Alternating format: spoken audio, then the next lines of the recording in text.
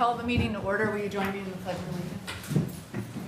I pledge Allegiance to the flag of the United States of America and to the republic for which it stands, one nation, under God, indivisible, with liberty and justice for all. Good evening and welcome to the Monday, July 20, 2026 meeting of the Westport Select Board. Under Mass General Law, Chapter 30A, Section 20F, this meeting is being recorded. I do want to just point out that we have an executive session at the end of this meeting, but we will not return to open session after the executive session. There won't be any business conducted after it. We want to take a moment to remember the passing of Marshall Ronco. Marshall Ronco, 72, of Westport, passed away peacefully on Friday, July 10 at Charlton Hospital after a brief illness. He was the husband of Elsa R. Ronco. He's born in Brockton, but he was a lifelong resident of Westport, graduating from Westport High School in 1972 and from Bristol Community College with an associate's degree in law enforcement in 1975. He enlisted in the U.S. Army in 1972 and served as an active duty in the Army Reserve through 1978. He joined the Westport Police Department and served a long and admirable career until his retirement as a senior patrolman in 2011. During his tenure, he earned recognition as a sharpshooter and served as the Westport Police Department's DARE liaison to the Westport High School. He had several other jobs throughout his lifetime, but law enforcement was his true calling. Following his retirement, he continued to serve the law enforcement community as a certified LEO SA instructor. He joined the Coast Guard Auxiliary for many years and held many positions, including flotilla and division commander and district captain. And he was very active in his church at St. John the Baptist. I did not know Ronco, but I'm going to send my condolences, Mr. Ronco, but I'm going to just send my condolences to the family. I know some of you knew him. Does anybody want to say anything? Madam Chair, I knew him well from the church and worked with him for a number of years. I know his wife, great people, and it's a terrible loss, and my condolences also to the family. I know him from the veterans organizations in town, and he seemed like an awesome guy. Really bad. Right, so our sympathies to the Ronco family. Our next meeting is going to be 2 weeks from today on August 3rd. We do have a public hearing, but I want to take care of some more routine matters before we do that. I'm not sure the person is here anyway, but I'm going to move around the agenda a little bit. So I'm going to take up 5I. So 5I is a request from Carol Freitas, the Veteran Service Officer, to accept a $50 anonymous donation. Carol, did you want to say anything about that? You don't have to. I'm just asking if you want to. You have to talk into a mic, though. So it's a donation from a veteran who chooses to remain anonymous for discretionary use. So I can use it for anything that I feel is an appropriate use of that money. All right. Thank you. So do I have a motion to approve the donation? So moved. Second. Any discussion? All in favor? Aye. Aye. That's unanimous. Did you want to tell us, you have something you brought with you? I did. So I've been working with the students, 8th grade students at Westport Middle School for the past 2 school years on this project called While There's Still Time. It's an interview. Students interview the veterans, and then from those interviews, they write these bios. And I just wanted to mention that this is now the 2nd edition of the book that we've published, and we have interviewed a total of, there's 42 total stories. This year, we did something a little different, where we had 2 veterans who wanted to be interviewed, but unfortunately, they passed away before they were able to. So we included them as an in memoriam. And also, one of the veterans who was interviewed served with a Marine who was killed in Vietnam, and they included his story in here as well. So I gave a copy of it to the town administrator last week, and he asked me to just mention it here. How could people get a copy of the book? So I have a few left in my office. I have to get more from the teacher, John Bernier. But the books were given, they were able to print them through a grant through the Westport Education Foundation. I think they can print maybe another 50 more with the grant. All right, so if anybody is interested in them, they should contact you? Yes. This is Carol Freitas, the Veteran Service Officer. Yes. All right, anything else going on in your area? Just helping veterans with their property tax exemption applications. We created an electronic system here in Westport, And so far, since July 1st, I've helped about 115 veterans apply for their exemption. So, Great. been busy. All right, thank you, Carol. Thank you. The chief isn't out there, is he? No, okay. Is Christina Holyoke here? All right, well, we're gonna take up a few more business. We're gonna take up a little more business, and we'll see if maybe she's just late. So let's skip over to, I did tell the people interested in the senior services director that we would do that no earlier than 7, so that's why I'm not taking that one up right now. So let's go to license and permits. We have 3A, a request from Max Performance to hold their annual Buzzards Bay Triathlon on September 2026. Is there anyone here for that?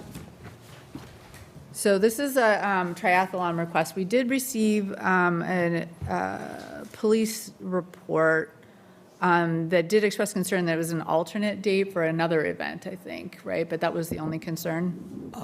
Yes, so I believe it is the rain date for the cystic fibrosis ride. I believe that ride is September 19th, and their rain date is scheduled for September 20th. So the recommendation you have in the packet is if they are two events that are occurring on the same day, that they not share the same route, that they select an alternative route. And then there's a few other conditions that the police noted as part of their recommendation for approval. All right, thank you. What's the pleasure of the board?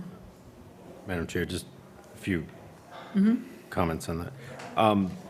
Chris, can we confirm that they're going to have this marked appropriately? I know there was a race earlier this year where there was residents that weren't happy with, obviously, traffic patterns. They didn't have cones out for one of those road races, and, you know, it was kind of a perfect storm because it was 90 degrees, and they had some, obviously, emergency services trying to take care of runners. So I'm just looking at this route map, and it goes, obviously, up Drift, on Hicks Bridge, down Horse Neck, and I don't mean to belabor the point, but none of those roads are really in the greatest of shape right now, so hopefully when that race does occur, it is in better shape. But can we make sure that basically the applicant is working with the police department to appropriately either block out a lane or have know how it's going to run? Yes. Because in the race earlier in the spring, they were like runners trying to run and then cars trying to get around the runners, and it didn't really work out very well. So. Yes, so as part of the conditions of approval, I guess to that point is also working with our fire department to coordinate, emergency medical coverage as well. But certainly that's a condition of approval we can set and make sure that we and our departments are in communication. And I think this is, sorry, Go ahead. I think this is probably a perfect opportunity for us to post something on that, maybe on the Friday, I guess is that a Sunday? Either the Friday on the town Facebook page to let people know, hey, there'll be road closures that could impact your local travel on Sunday morning, just so that at least everyone's aware of it. I think some people kind of got tied up in that, not knowing there was a race that day in May. Yes, and I believe that was also noted in the police recommendation, so we can certainly do that ahead of that weekend or a Yep. few days in advance so people see it. The one thing I will note in the packet is there's not an alternative route. Okay. Again, that might be something that the board want to consider as part of any conditional approval. Do we know, well, we probably don't, where on the construction phase that Horse Neck and Hicks Bridge will be on September 20th? We do not. They'll be launching themselves over steel plates in the road. No, but I think, again, assuming that this is something that the board will be acting on, we'll try to get this before them so we can get as much advance notice as possible for where they think they'll be. And so we can communicate that to these individuals. Thank you, Madam Chair. Anything else? So what's the pleasure? I move approval subject to the conditions contained therein. Madam Chair, second that motion? So that's the contingent on the police department recommendations and then noting the communication and the safety precautions that Mr. McGuigan talked about. All right, is there any discussion? All in favor? Aye. Aye. Aye, that's unanimous. We have 3B, we have a request from Buzzards Bay Brewing for a one-day wine and malt beverages liquor license for a fundraising concert on August 15. I don't think there's anyone here for that, is there? So this is for Shell Stock, I believe, right? Yes. Yeah, so this is at the fairground, the Pine Hill Fairgrounds. It's a Shell Stock concert, and this is Buzzards Bay Brewing, and their paperwork is all in order, right? Yes, it's an order, events from 2 to 7. In the packet, you have a recommendation from police. They're recommending at least one detail. They're recommending at least one detail for the event. Yeah. Motion to approve. Second. Is there any discussion? Is there anyone here for that? All right, all in favor? Aye, that's unanimous. So go check out, I know they have a Facebook page, and there are tickets, I forget which ticketing agency they're using, but go look up Shell Stock for August 15, from 2 to 7. It goes to the Shellfish Propagation Fund. Actually, that's incorrect. Oh, sorry, It's Shell Stock, it's Cynthia Zach was referred. yeah, Shell Stock formed a 501(c)(3). okay, So now it is. their own 501(c)(3). Right. How do people get tickets, though? All around town, you can go on the Shell Stock Okay. page. and- Go to Shell Stock page, And okay, there's a link to, you can just link to where you can get tickets online. great, But- thank you. It is all for the Westport River. It benefits the shellfish in the Yes. Westport River, Yes. whatever legal Or- entity is benefiting. But or it- might- yes, but Okay. bigger than just the propagation. Right, okay, great, thank you. Thank you for that clarification. Go buy a ticket. And then we have, I'm just going to handle it, the 3C, we have a request from the Holy Ghost Club, 171 Sodom Road, for a one-day all-alcoholic liquor license for 179 Sodom Road for a fundraiser on August 1 from 1 to 7. This looks like a pretty typical event for them.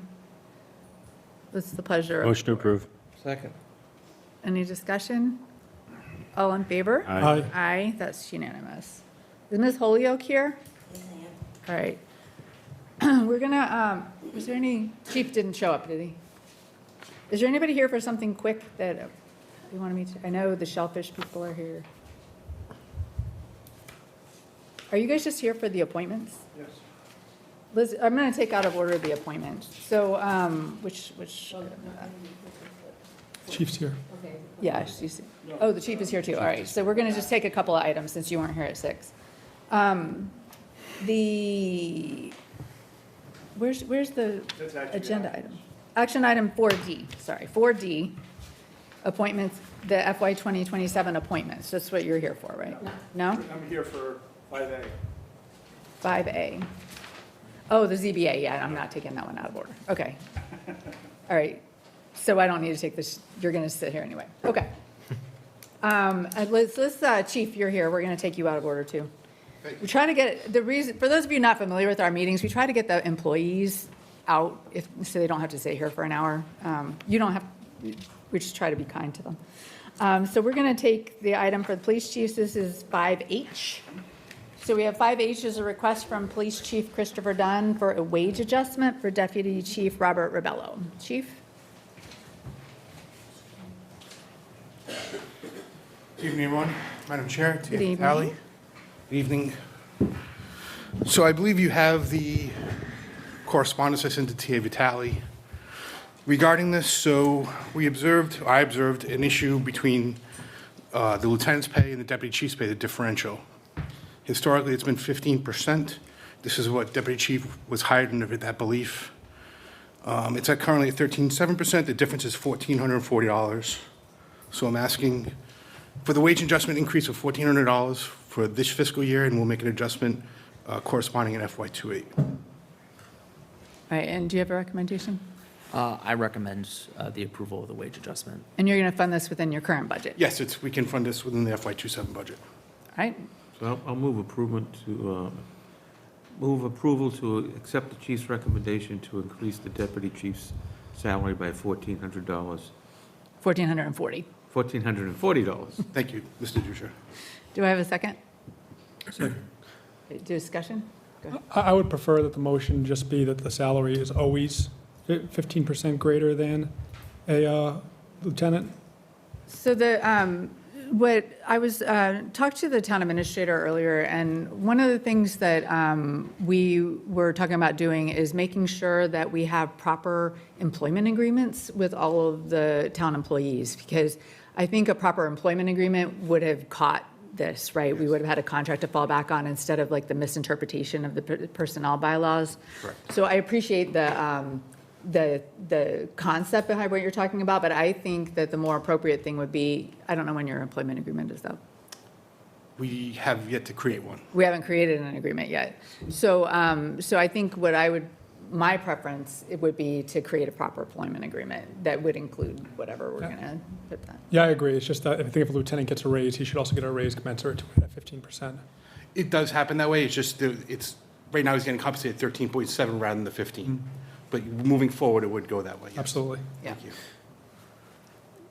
Madam Chair, Yeah, go just the question. We had 2 motions on that, right? We have one motion. Did someone second it? We had a second. Okay, I just want to have a discussion on that. It says in here that Deputy Chief Rebello is not requesting any retroactive compensation of back pay. That's correct. Is that a situation where, I mean, what was his contract? I mean, is he getting shorted essentially? Well, there is no contract. Okay, And when he was hired, it was understanding that there was a 15% pay difference between lieutenant and the deputy chief's position. okay. So that's going back a little over 2 years. So And when we caught the glitch, so to speak, I approached the deputy about it. He's like, I'm not looking forward to go backwards. I just want to go more forward from here on out, and then we can address it with an agreement later on. Okay, but he did do service for 2 years and was underpaid for that, correct? That's correct. Why wouldn't we make him whole on that? Deputy? I mean, I asked No, him- it's not I didn't mean up to to, I'm sorry, I didn't mean to, So- like, I asked him about it, and he was more than fair, I believe, about it. So let me just ask, logistically. Yes. If you're paying in a different fiscal year, I think there's some different logistical issues, but is that a surmountable logistical issue or? So it wouldn't be something where I would categorize it as back pay. Again, just our books have closed for these prior years, and I think one of the difficult challenges here was just trying to find a path forward. Certainly a one-time stipend, or something, again, if the board wanted to take that up as an option in recognition of that at the time of the appointment, that's certainly an avenue the board can explore. Could we do it as a performance bonus? I think that if we were to consider that, which I'm not opposed to considering it, but I think we're going to consider that, I think we need to understand our options, to maybe not make that decision tonight. Like, you need to make sure you have budget for it. You need to make sure that it's something that we're allowed to grant. And then, we don't really have a lot of comparable positions. I don't think, maybe the fire department might have somewhat comparable. But sometimes if you're giving one employee like a stipend or a bonus, then it kind of sometimes has ripple There's effects. triggers, I totally understand. Yeah, so I wouldn't want to, I'm not opposed to doing that, Jake, but I would want a little more research. Yeah, I'm just concerned that he worked 2 years and was underpaid, and technically, in my opinion, if he received a 3% raise or whatever, let's say a cost of living adjustment each year, so technically it would be on that 1440 or 2880 over 2 years, so technically he's still getting shorted even more because you have 3% on those 2 years. I just, in a professional capacity, if I was shorted $3,000. I believe I added that 3% for those years. It was added? Yes. On top of the 1,400, or? The 1440 was in compounding to those other previous Okay. years. Okay. But he's still out almost $3,000 for For the work 2 he's years done. that you didn't get the portion. Correct. So, I mean, we could ask the town administrator to look into that, like, is that, So, Yeah, I'm okay. Yeah. Yeah. so, go Would ahead. that be something at the next So, meeting? would- I guess amend the motion just to include it for future review for the previous years. I don't know how to phrase that. Well, you're asking for an amendment to the motion. Or I guess a motion. Well, we could, so what we could do is we could vote on this motion to grant the 1440. And then you could have another motion to direct the town administrator to look at our options, the correct dollar amount and the options that would be available to us if we could consider it for future meetings. So I think it's cleaner to do that in 2 motions. Okay. That, Wait, All right, so the first motion that's on the table right now is to increase the current salary by $14.40 per year. All in favor? Aye. Aye, so that's unanimous. now make the And then second did you motion. get, Carlo, that next motion? I can make the motion. Okay, go ahead. I make a motion to address the 2 years of back pay that would be due to Deputy Chief Rebello in the amount of $2,880 and direct the town administrator to obviously research that and see our ability to pay that. Just as clarification, Madam Chair, so my first year, I started in February 1st, so it would actually technically only be the first 5 months of my first year. Yeah, that's why we I can want- get the calculation, I can do the math for you just so that way, because I've got the spreadsheets to do it. Yeah. Do that with one full year, the first 5 months, and so it would be a year and 5 months. Okay. Yeah, so that's what we want to Okay. direct the Yeah. town administrator to get the right amount Yep. and then the right mechanism, That's fine. right? Yep. Okay. Okay. Is that your motion? Yes. Get the right amount and the right The mechanism? correct amount and the correct mechanism that the town administrator can research. Is there any further discussion? Oh, we need a second on that, right? No, Second. we had a second. Do we? Oh, do we have a second? I don't know. Second. Seconded. All in favor? Aye. That's unanimous. Anything else? You want to talk about your night out? So yes, we're super excited about having our second annual National Night Out on Tuesday, April 5th. So we invite the 4th, thank you. August August 4th. 4th. I'm getting all these You're like dates mixed up. way off. I'm going on vacation starting Wednesday, so my mind, unfortunately, no, we're very excited about that. We have a lot of great organizations in town that are going to come. We're only hoping for great weather, so we're very excited about that. We had, I believe, a great 4th of July parade. I think that went out very well. Last week, we had combined training with the fire department, the harbor master, and Horseneck Beach, as well as Charing Webb lifeguards regarding a missing person in the water. So that went off very well, and we're looking forward to future trainings and collaborating with them. And the last thing is the Westport Fair. Everything went well. No major incidents to report, which is great to hear. I think everybody had a lot of fun. Yeah, that was great. Let's take up 5E, which is a request from the Westport Police Department to display a banner for the night out from July 21st to August 4th. Motion to approve. Second. Second. Any discussion? All in favor? Aye. Aye, that's unanimous. Okay, I think that's all you're ready. I think that's it. Thank you. Thank you very much. Thank you, everybody. Thank you, Tia Vitale. Okay, now we're going back to the public hearing. So under Mass General Law, Chapter 140, Section 157, we have a hearing to hear a complaint concerning the dogs Raina and Tally at 6 Dias Avenue for alleged nuisance and/or dangerous dogs with a possible vote and order. Because this is a formal hearing, we have a lot of rules that we have to do.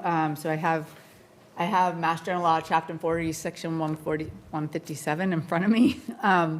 So the purpose of this meeting is the board will determine whether to dismiss the complaint, deem the dog a nuisance dog, or deem the dog a dangerous dog. The complainant and all other persons giving factual testimony will be sworn in. Here's the rules. No one may speak unless they've been recognized by the chair. All testimony and questions must go through the chair. There is no cross-examination or cross-talking to each other. The chair may limit repetitive, irrelevant, argumentative, or disruptive testimony. Exhibits must be identified for the record, and I have the ability to ask someone to leave the hearing if they're disruptive.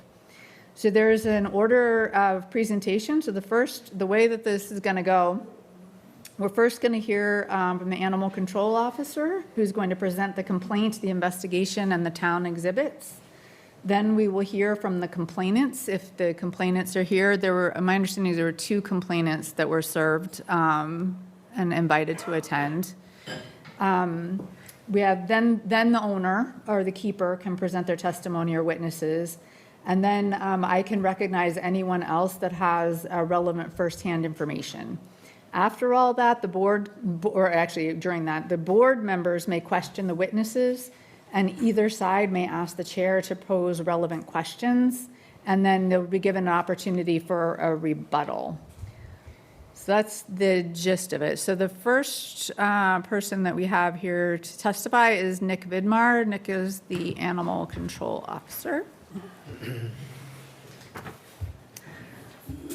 Nick, do you solemnly swear or affirm that the testimony you're about to give will be the truth, the whole truth, and nothing but the truth, so help you God? Yes, All right, thank you, welcome. thank you. Thank you So all. You have provided us some detailed information here. You have an overview with a detailed description, and then you have a timeline. So can you? So my name is Nick Bidmar. I'm the animal control officer for the town of Westport. I've been doing this since 2019. Tonight, I'm here to talk. Shut off the other one, or shut off one of them and, One's red and one's green. yeah, there you go. Turn one off and turn that one on. There you go. Can you hear me now? Okay. I'm going to talk to you about the recent incident, and then I'm going to go down and just talk to you about the other incidences. I think this one's the most important to talk about tonight. On June 18th, I received a call from the Westport Police Department that there was a dog attack that happened regarding 2 King Corsos living at 6 Dias Avenue. The owner of the dog that was attacked was at the ER hospital, so I couldn't talk to them. I went to the address where I spoke to the father who was out in his driveway. I told him that I'm there to follow up on an incident that just happened. It said that the dogs need to be placed in a 10-day by quarantine, and of course, there will be citations as they left the property. He went inside to look for the proper paperwork. It was at that time when the owner came out, started talking to me about the dog leash law. Our conversation got escalated to the point where the police had to be called. An officer did come out to just sit there and just be with us. I talked to her about, you know, this is not the first time this has happened. This happened numerous times in the last year. This time, you know, it was a pretty bad bite. I said to her, you know, I need to see proof of rabies for the dogs. I need to see the rabies certificates of the dogs. And so she went in and started to bring one dog at a time. The first dog she brought out was the dog Reina, female King Corso dog. She was reluctant to cooperate sitting for her. She had to tell the dog several times to sit. It finally sat for us. I took a photo of the dog. She then brought that dog in. I issued the quarantine for her, gave it to the dog owner. Then she brought Rain inside. The second dog came out, which was Tally, a gray-blue King Corso female as well. She came out. I took a photo of the dog, wrote out that quarantine for her. It was at that time where the dog owner said that the dog that they went after injured her dog. So I took photographs of those injuries, and I told her if these were injuries from that incident, I would quarantine the dog that they went after as well. And I have done that in the past.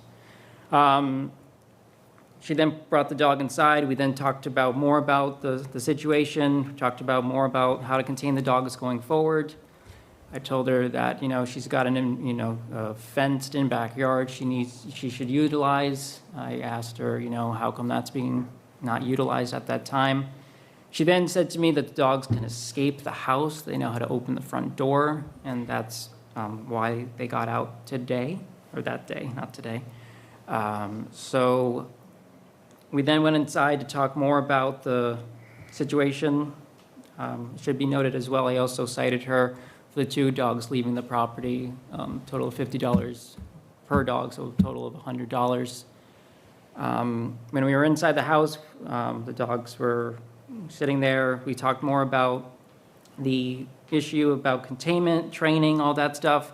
I said, if need be, get a gate to be put in the doorway, or a gate that has multiple panels so you can put it in the doorway, put it around it so you can walk in your house, close, lock the door, whatever you need to do, then open the gate door and then walk into your house. We explained that as well.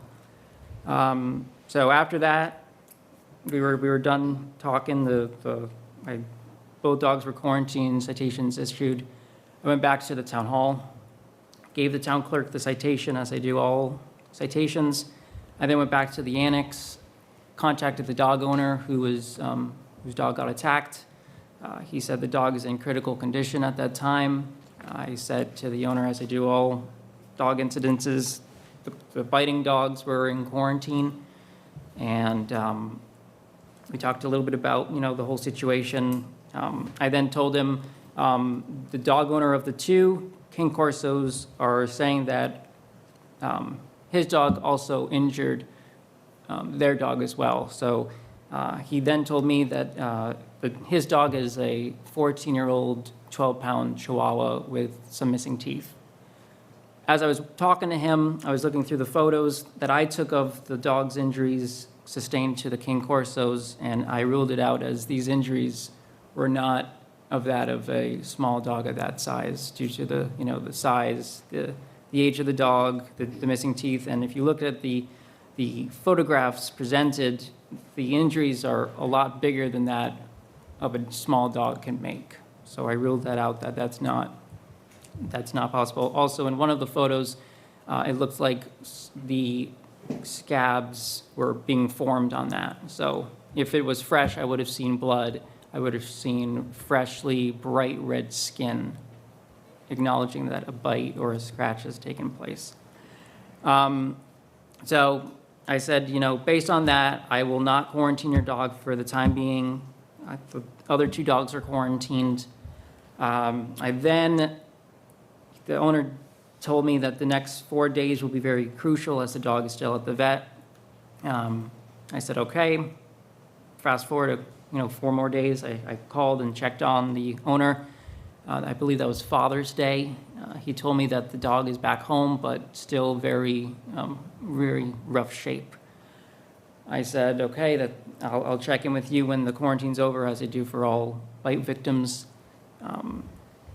When the quarantine came to be released, I went to the house. I observed a silver SUV in the driveway.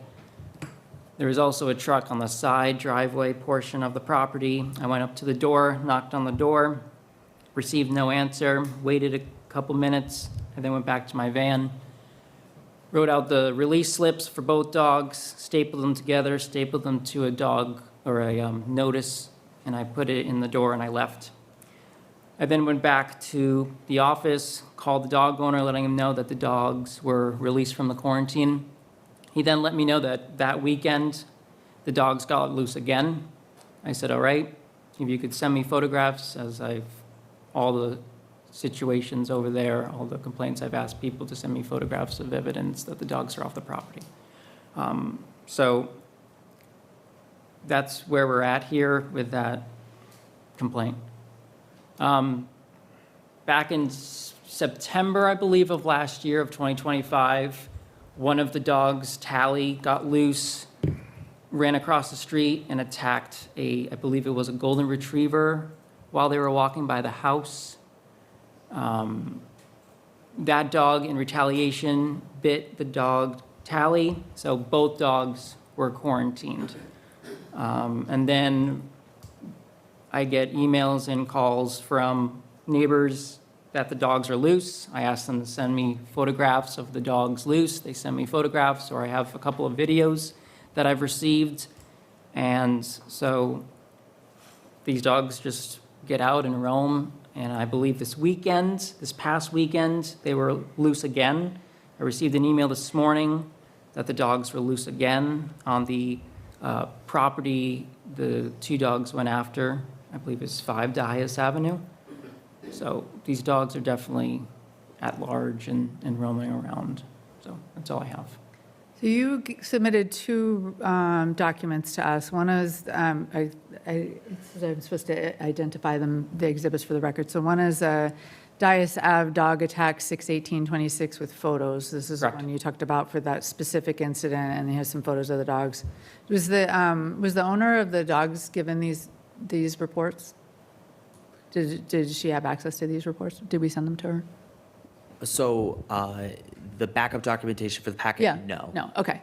And then we also have a timeline, a detailed timeline that you kind of talked about. Did you want to call out anything on that before we ask questions? Result in the timeline is basically stating from the initial call, the very first complaint I received, to the very last complaint. And of course, since then, I have, where is it here? I'm normally organized. On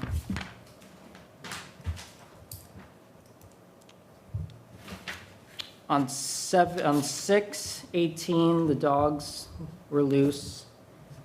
And then on 7/13, report of both dogs loose, email from neighbor letting ACN know. So no photograph of them loose, but I did get an email saying that they were off the property. So if you, but you had a timeline here, starting with May 5th, 2025. Do you want to just like, you don't have to read the whole thing, but can you just talk about the So- timeline from May 5th? Yeah, so May 2025? 5th, I believe, was the first incident.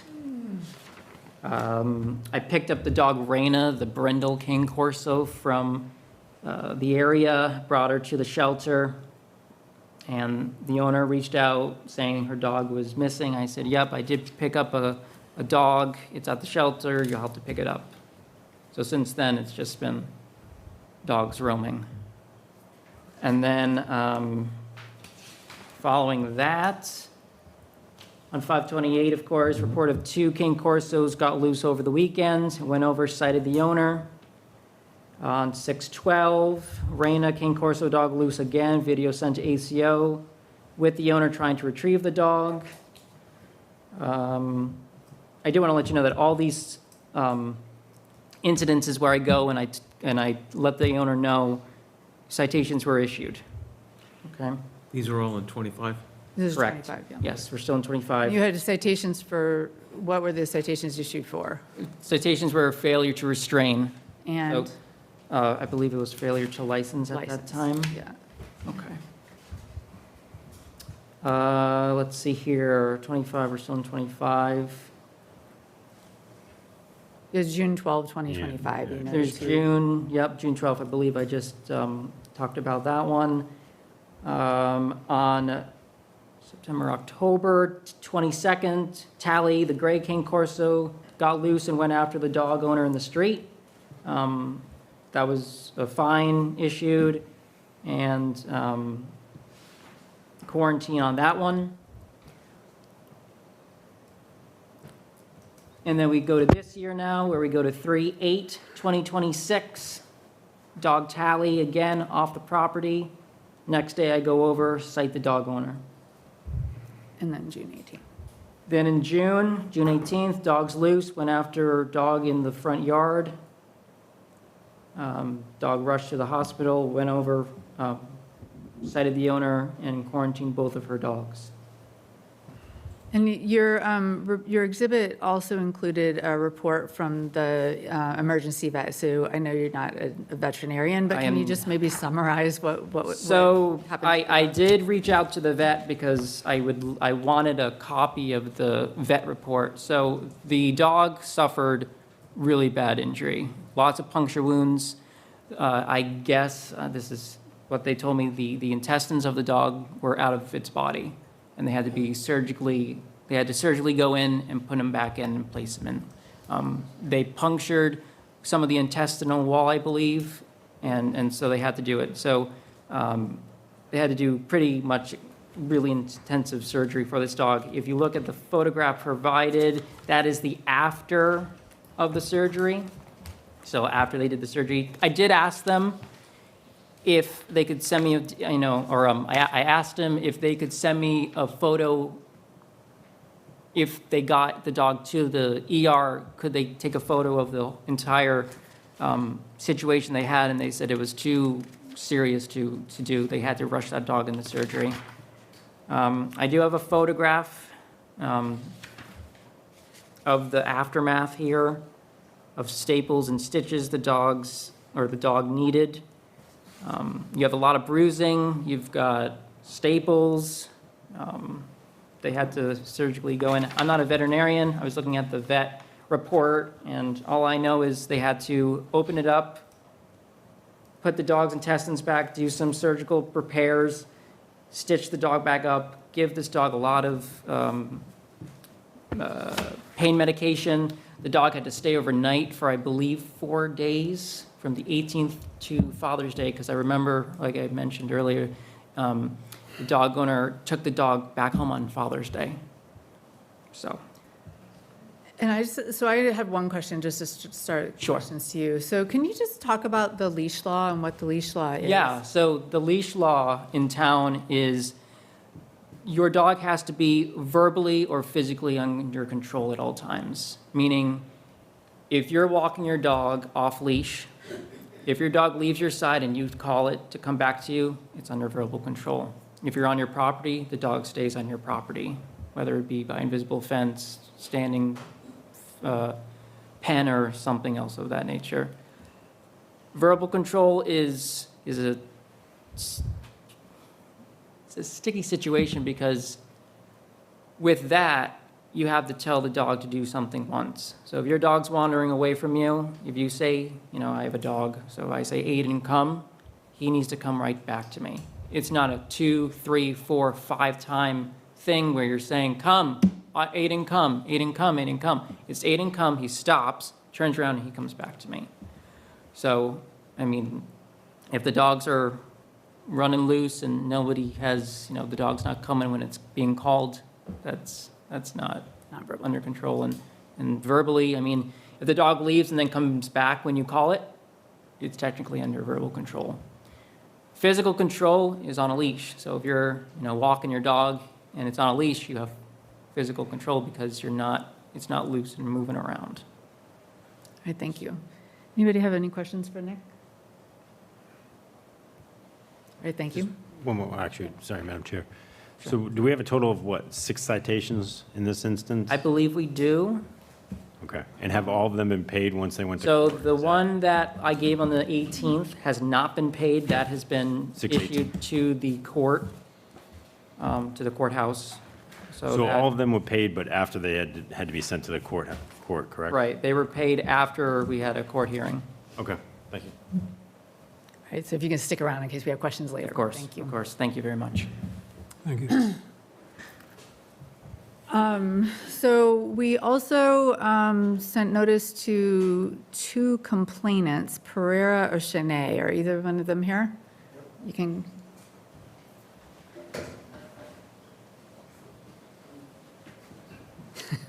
The long one. We're like walk around. Welcome. Can you introduce yourself, please? Aaron Pereira, 5 Dias Avenue. You're the owner of the dog. Yes, ma'am. All right.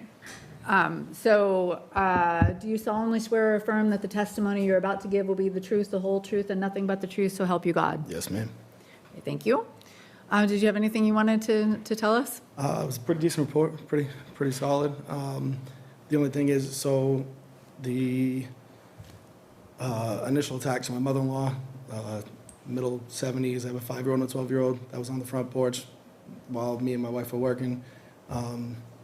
Just called me just in a panic, frantic, crazy. So you can hear the dog kind of, freaking out, and you can muffle some words. So obviously thought it was an emergency, kids or whatever. When I get over there, there's intestines all over the front porch. Everything's hanging out of his stomach. So I actually had to grab him, pinch him, run into my truck, blood all over the truck, still stained. Drove all the way to the emergency room. They took him right away, so there wasn't any time for any pictures or anything like that. It was just like I walked with her to put him on the table. You know what I mean? So it was like super quick. He did come back on Father's Day. Currently now, because it was like kind of where your lower abdomen is and your upper thigh, so he lost all muscle on one side of the thigh. Sorry. So like shakes, he can, he's kind of like walking with a limp. Because for the intestines, they had to basically suture the entire thing up. So it was over like a 8-hour surgery specifically. And because the intestine burst on one side, they had to like clean everything out and all that. So pretty like dramatic from there. Son's obviously losing his mind. They all kind of like watched the entire thing happen. So obviously that's traumatic in its own right. But the dog still, the issue on top of everything is I'm fighting every single day with not fighting, we're arguing, but with my wife because, we're probably gonna end up putting him down just because he lost all bowel movement, he lost everything. So when he's walking, it's just, stuff just happens. So we called the vet. They're like, yeah, it's normal. He might get it back. He might not. We're doing like therapy on the side every Saturday, trying to get him to swim, but Chihuahuas don't like water. So it's kind of, we're getting there just to get that muscle back to see if everything can kind of come back. So it's still kind of, he's not doing good. So we're kind of still on that fence, therapy and everything else, trying to figure it out for him. But just in general, it's been a very long time around the neighborhood. The dogs are running around loose. The day that I actually got the notification that, they were free to go, everything's good, they lifted the Quarantine. quarantine. 3 days later, my mother-in-law sends me pictures because I actually was out in the Cape with, the dog, like I said, trying to do everything, and the dogs were in the backyard. So I understand completely. I have another dog that, if it breaks out, or, everybody in the neighborhood, we all have dogs. Everyone used to walk around the neighborhood, fine together. And, sometimes they get loose just to play. Let them out in my front yard, they play together, they're off leash, but everyone's hanging around, being good. They come back to you when you call them, everything's fine. So if, like, my dog ran away, that's one thing, right? But when you get multiple calls like this, as a homeowner, especially with a fence in the backyard, if my front door is not working, or if the dogs can, get out, you need to board it up properly. You need to make sure everything's good.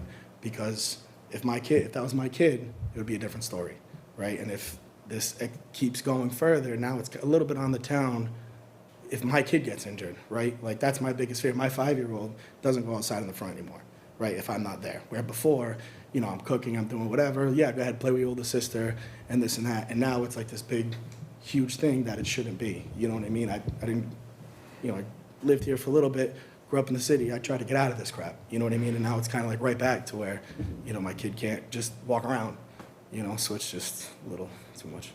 So, I don't know. Thank you. I don't know what's the Any go from questions? there. Good. I just want to ask directly, do you have what you feel are legitimate safety concerns for the human members of your home Yes. with those dogs? Absolutely, absolutely. Have you modified the behavior of your family members due to legitimate safety concerns for the members Yes. of that family? Yes. Okay. The dog was attacked right in front of my front porch, but if you would Google Earth the property, it's between like the tree and the front porch. So it wasn't like it was close to the edge of the road. It was really on my property. It wasn't like a utility easement or, a couple feet. It was really on my property, to the point where before, and all my neighbors know, I'm a very construction, leave me alone. I work 80 hours a week kind of guy. I just, want my peace. And my wife and my daughter are like the mayor of the neighborhood. You know what I mean? They come around, they know everybody, everyone's sweet to them. And, everyone's used to just walking around and my kids just playing around, having a crazy time. And now they have to be in the backyard, which, it is what it is. But my kids like the front yard, it's more flat, it's just the way that it goes. But now I can't do that. And even in the backyard, as I'm cooking or doing whatever, I'd like freak out and I have to look out the window every 10 seconds because the dogs have been in my backyard. You know what I mean? So it's like, it's just tough. It's just, you know what I mean? I don't want to be put in this predicament. I like to just live and let live. But it's like at some point, if it's my daughter or my child, this is a totally different discussion. Thank you. And so, thank you. Do you have anything else? Madam Chair, just Yes. one question. So you're actually across the street. I'm just looking at Google Maps. It's not like you're right next door or anything. No, I'm It's- directly across the street. Yeah. Okay, so you're across the street and it Well, has to, I'm just looking at your, There's 3 and 5, so it's kind of like. yeah, it's offset. However, yeah, offset. It's offset. Yeah. So it's not like you're sharing a property line here. You gotta go across the street, and to get to your backyard, you gotta go all the way around your house to get to that backyard. So it's not like, And once again, me and my wife's a nurse practitioner. She works, 3 24-hour shifts. I work 60 to 80 hours a week. So like my mother-in-law is the one that mainly watches them. She's up there in age. It's not like she's going to be out there defending. So now, and she is adamant, and which kind of sucks for me, is she's not outside with the kids because she doesn't want to. So now it's more inside stuff where they, take her to the park, which it's still, to a degree it's fine. But now she has to go out of her way when she already helps me more than anyone else in the world. So it's just, it's just a tough predicament all around. You know what I mean? So, All right, thank you. thank you. Is Aaron Sine here? All right, so then so we've heard from the animal control officer, we heard from the 2 complainants. Does the owner want to provide testimony? You can come sit.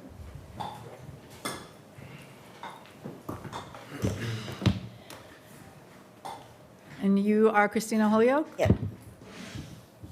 So you've heard the animal control officer's report, so I'm just going to give you a chance to give your side of the story, or you understand that we're here to determine whether the dog is a nuisance, whether the dogs are dangerous? Ma'am.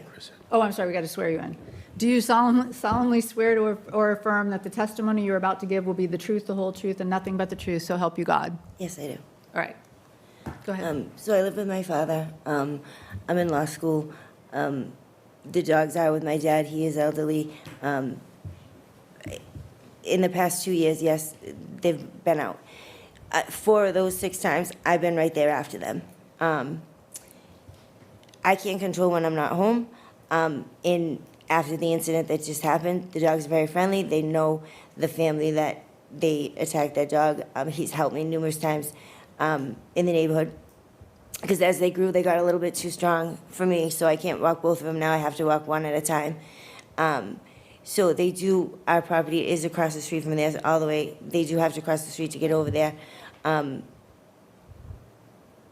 not, for the safety of everybody, they're not out all of the time. They're not, it's not like they're being neglected and they're out just running the neighborhood all the time.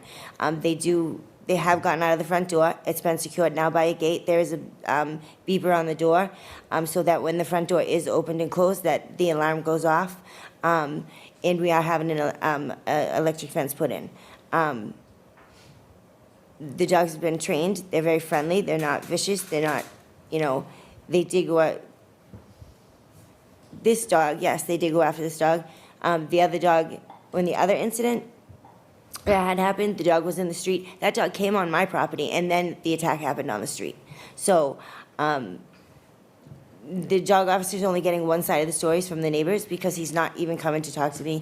He leaves the notice and the citation on the door. Sometimes he doesn't even park in my driveway or park in front of my house. He just leaves the citation and goes.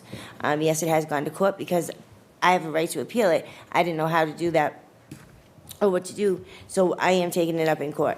The reason why the police officer was there at the last visit was because the dog officer was very agitated with me, that I had asked him what the leash law was. And that he said, specifically said, oh, God, so, he had to stop what he was doing to come to 6 Dias Ave again. Again, if they were out 6 times a month, I'm not minimizing it, but it has been, when I asked him to come in the house and help me to see what I could do to stop this from happening, he did come in, told me about the gate.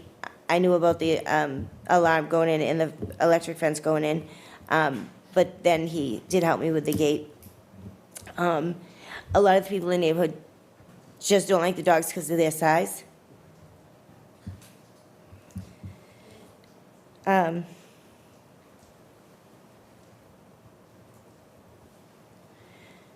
have the dogs for my protection. I was in life support in a coma for 3 months due to domestic violence. And when he got out of jail, I got the dogs for my protection. They're not vicious. They're just like any other part of my family member, just like the other people's family member. But they're trained, and I don't know what else to do other than what I've done. Are your dogs currently licensed? Yes, they are. And have they gotten out of your control since the 18th? No. The one time, I think that they did, but they were in my property. Like I said, I'm not home all the time. I was told by them that they were in the side yard. I do not know if they went over, but since then, the gate has been placed. It was that following Monday and Tuesday that they came. We measured the area, ordered the fence, and the fence came the next day, and it was installed. So I know you said it, but there's a lot to digest. Can you just talk about what you've done to restrain the dogs or keep the dogs from after the attack that we heard about? Can you just talk about what measures you've taken to make sure that doesn't happen again? We put alarms on the doors, so when the doors are opened, that we're alarmed. So if I'm down in the laundry room and the front door is opened, now I hear the alarm, so I know to go check, There's a a gate, I apologize, in front of the stairs, so you have to step on it to open it, so that they can't get down the stairs, even to the door. And then we're putting in an electric fence, so they can't get out of the yard at all. All right, what about training? Have you had any kind of? They have training, yes. And they do come and they do sit with, if it's me that's there, they will come when I call them. If it's somebody else from my house, if I'm not home, then no, they won't come. So it does take my dad a couple times to call them, but if I call them one time, they do come. Do you have any questions? Go ahead, Craig. As a father of a dog owner who happens to be living in my house right now, I think one of the things that, we all struggle with if you have dogs is how to restrain them. And you have to have systems. You know, in our case, that if we can't contain them, we put them on a run. And we make sure the run doesn't go near our door. You know, it's in the back area. Right. The second thing is that, you know, and I'm constantly on my son's, you know, case to make sure that he is doing the right thing in terms of stuff. So, but I think the basic thing is you have to keep control of them. You can't hope that they're going to behave themselves when you're not home, or that other people can control them. Right, and that's why, Physical boundaries, you know, that they can't get past. that's why I asked the dog officer, and he did it, because I didn't know what else to do. So that's when he said to put the gate, and the gates work, they can't even get down the stairs now to the front door. Okay. Madam Yes. Chair, I have a question for Chris. Yep. That's okay. Based on the hearing we're having and kind of actions that could be taken with respect to this, if we take an action, is it something that can, if we see a improvement in behavior, can that be removed at a later date or something along those lines? So, And Chris, the issue yeah, I have. that'd be something, I guess I'd have to look into that further if there was a specific timeframe or condition put on it. Because the issue I see here, Madam Chair, sorry, is the corrective behavior from the dog owner after 6 citations doesn't seem to be fixed. I mean, we're dealing, I know the question was, have we had an incident since June 18th? Okay, we're at 4 weeks.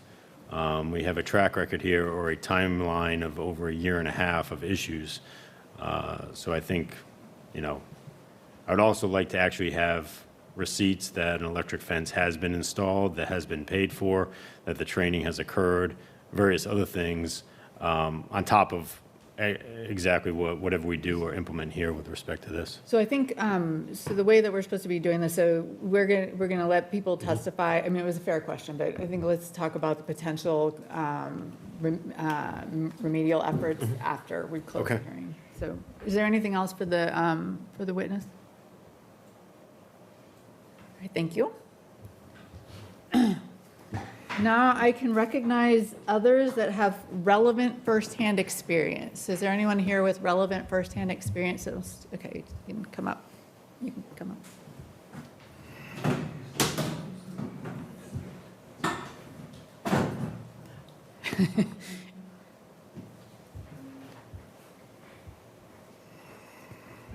Can you just introduce yourself, please? Sure. My name is Doug Pacheco. I live at 12 Dives Ave. I live right in the side of them. Do you solemnly swear, so Mr. Pacheco, do you solemnly swear or affirm that the testimony you're about to give will be the truth, the whole truth, and nothing but the truth, so help you God? I do. Right. And so, I'm sorry, you said you live nearby? Next door, yeah. Okay. So I've been dealing with this for probably a year and a half. I'd probably say the dogs have been out 20 to 30 times or more. And I've contacted them plenty of times, and nothing's ever happened. They said they bought the electric fence before, never did it. The dogs have been in my house through a doggy door, just ran right in. I have a small dog, 2 small dogs. And I can't even use the electric fence because I'm afraid those dogs are gonna come in my yard. Most of the neighbors do not walk by their house anymore. They walk halfway around the block and turn around because they already know that the dogs could be out. There we go. I've talked to the neighbors a few times before. I started even calling the dog officer. Now, I have cameras. I'll send pictures and video every time that I see the dogs in my yard. Right.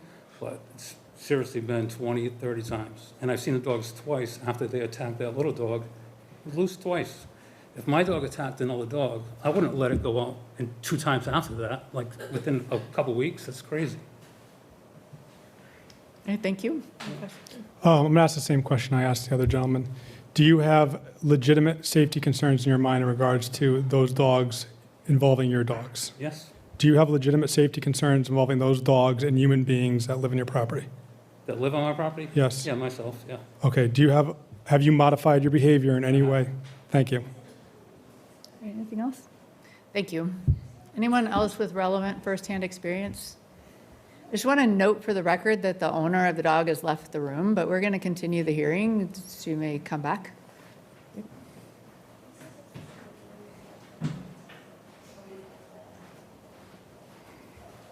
Can you state your name? Judith Aubin. And do you solemnly swear or affirm that the testimony you're about to give will be the truth, the whole truth, and nothing but the truth, so help you God? I do. Right. Okay. So I live around the corner from the house. I don't live near the house at all. But as Doug has stated previously, I'm a neighbor that has adjusted my behavior, and I don't go by the house because 2 dogs have been attacked. I've seen her in the neighborhood calling her dogs. I don't have video of it, but I've seen it. I own a small dog. My father's 90 years old. We've told him not to go by the house. In the event something my concern is a concern of if something were to happen to my dog or when my father's walking my dog, he can't defend himself in any way. We don't have this problem with any other dogs in the neighborhood. We don't worry about other dogs in the neighborhood. We're all dog owners. We all love our dogs, and we understand what that is to love, but we also want everyone to be safe. And so safety is, as a neighbor, that is my concern in the neighborhood. Thank you. Did she get your questions, or did she miss one? I can ask him again, yes or no. Do you have legitimate safety concerns for members that live in your household? Yes. Do you have legitimate safety concerns for animals at your household? Yes. Have you modified your behavior due to the actions of these animals and the behavior of the owner? Yes. Thank you. Thank you.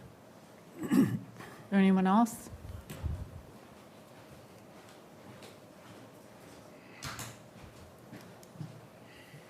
So there is an opportunity for a rebuttal if the owner would like to say anything else in closing. That was right outside the door.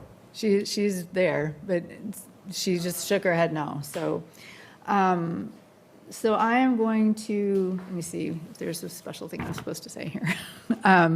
So I'm going to, is there any other questions for any of the? Right. So I'm going to close the evidentiary record, I'm deeming the testimony and the questions are complete.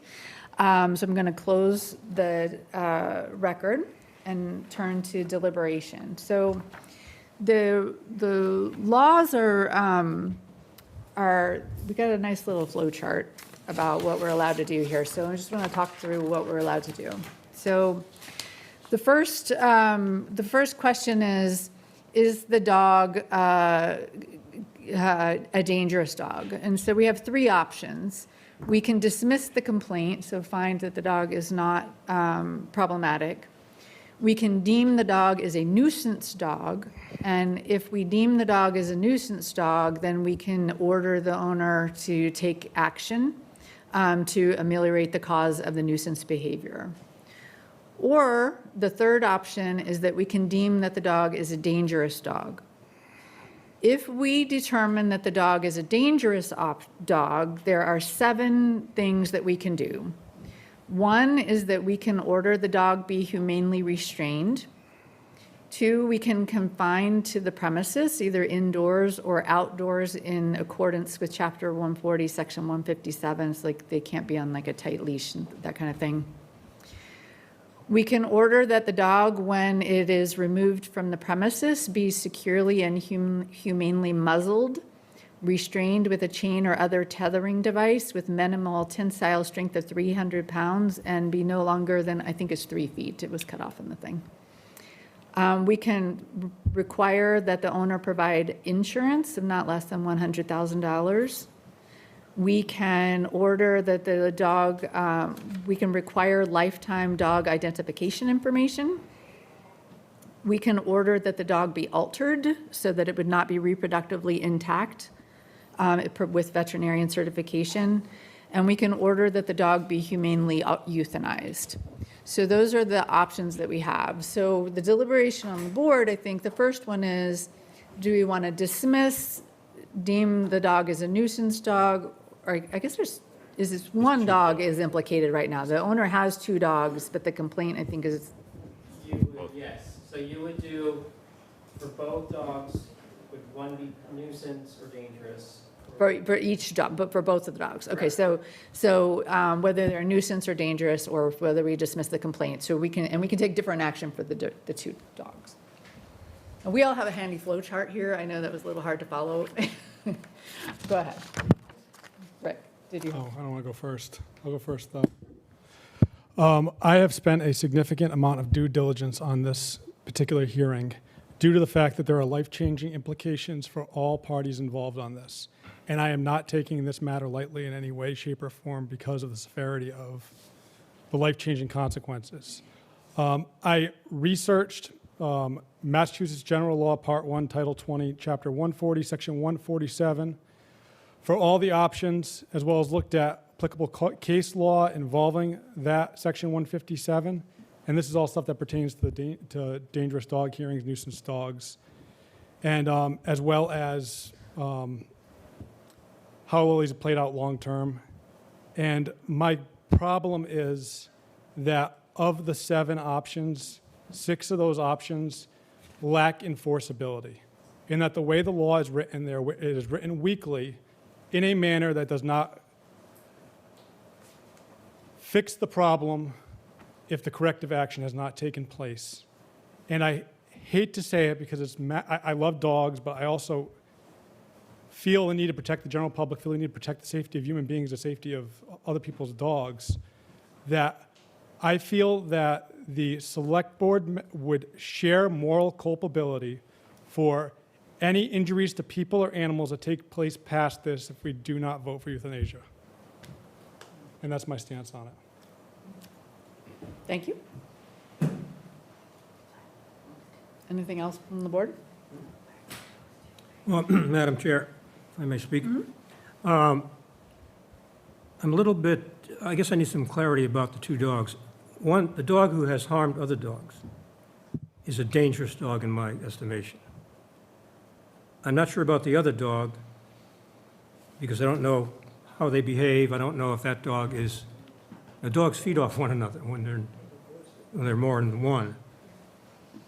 So they may both be dangerous dogs. I tend to think that, but I'm not sure based on comments made by the animal control officer. So I guess I'm asking for some clarity from Mr. Vidmore or from the town administrator as to what is the degree of severity as respects each individual dog, severity in terms of danger.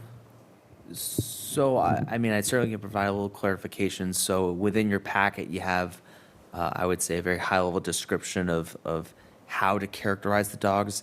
I know that the evidentiary portion of this hearing has been closed, but my recommendation would be based off of the testimony that's been given and based off of the accounting that the animal control officers provided. So I know that there's a summary where both have gotten out on various occasions.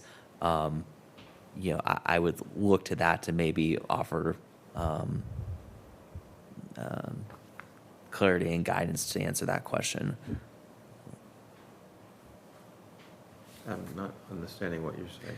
So I think I can't provide that, and I don't think, again, just because of the hearing portion of it, I don't think we can provide new testimony to it other than what is documented in the record. So I don't think we can have new testimony about the incidents, but I think some of the nature of our questions here is the determination of, given the evidence that we already have, which is not clear to me on this incident, which of the dogs is the one that brutally attacked the other dog, but one of them did. They were both involved, I think. So so I think that of the 2, you're right. I mean, dogs feed off each other, right? And I think both of them were involved in the attack, and so they're both implicated, right? But I do think that you can answer questions more about the nature of what are the implications of the different types of options available to us, right? Because now, instead of trying to understand the facts of the case, we're trying to understand the available remediation efforts, which I think is a different question than the facts of the case. I understand. I would say with regards to the difference between a nuisance and a dangerous, dangerous dogs, there's very specific requirements we can pose for nuisance dogs. The actions themselves, I would say, are lesser in terms of a degree if it's a certain behavior, a certain action, a certain causation for why, those dogs have gotten out or why these particular instances have occurred. We can pinpoint it to that specific reason and say, hey, can you do something about it? I think some of the discussion tonight was that, right? Or certain actions we're taking, hey, because of this action took place. That's where I would say nuisance, the select board has the authority to say, hey, address that action or address that behavior. Again, putting up a gate, checking the locks on your door, getting a new leash. I've heard getting a shock collar again in the past. Those are just, I guess, a couple of examples. And again, the dangerous dog and what options are available to the board are outlined. Well, Madam Chair, I believe both dogs are dangerous. And I've seen this behavior before when there were multiple dogs. We had a case before us years ago, and it was more than one dog. And they do feed off one another, and they do instigate one another. And both the dogs were involved in an attack. Maybe one dog is more aggressive than the other and prone to bite another dog, but they're still dangerous and contributing to the problem equally, in my opinion. So we should start, according to the flow chart, agreeing that both of these dogs are dangerous. So I agree with you. I think they're both dangerous. So I think, does anyone want to make the argument that this should be deemed a nuisance dog or dismiss the complaint rather than deem them dangerous? Nope.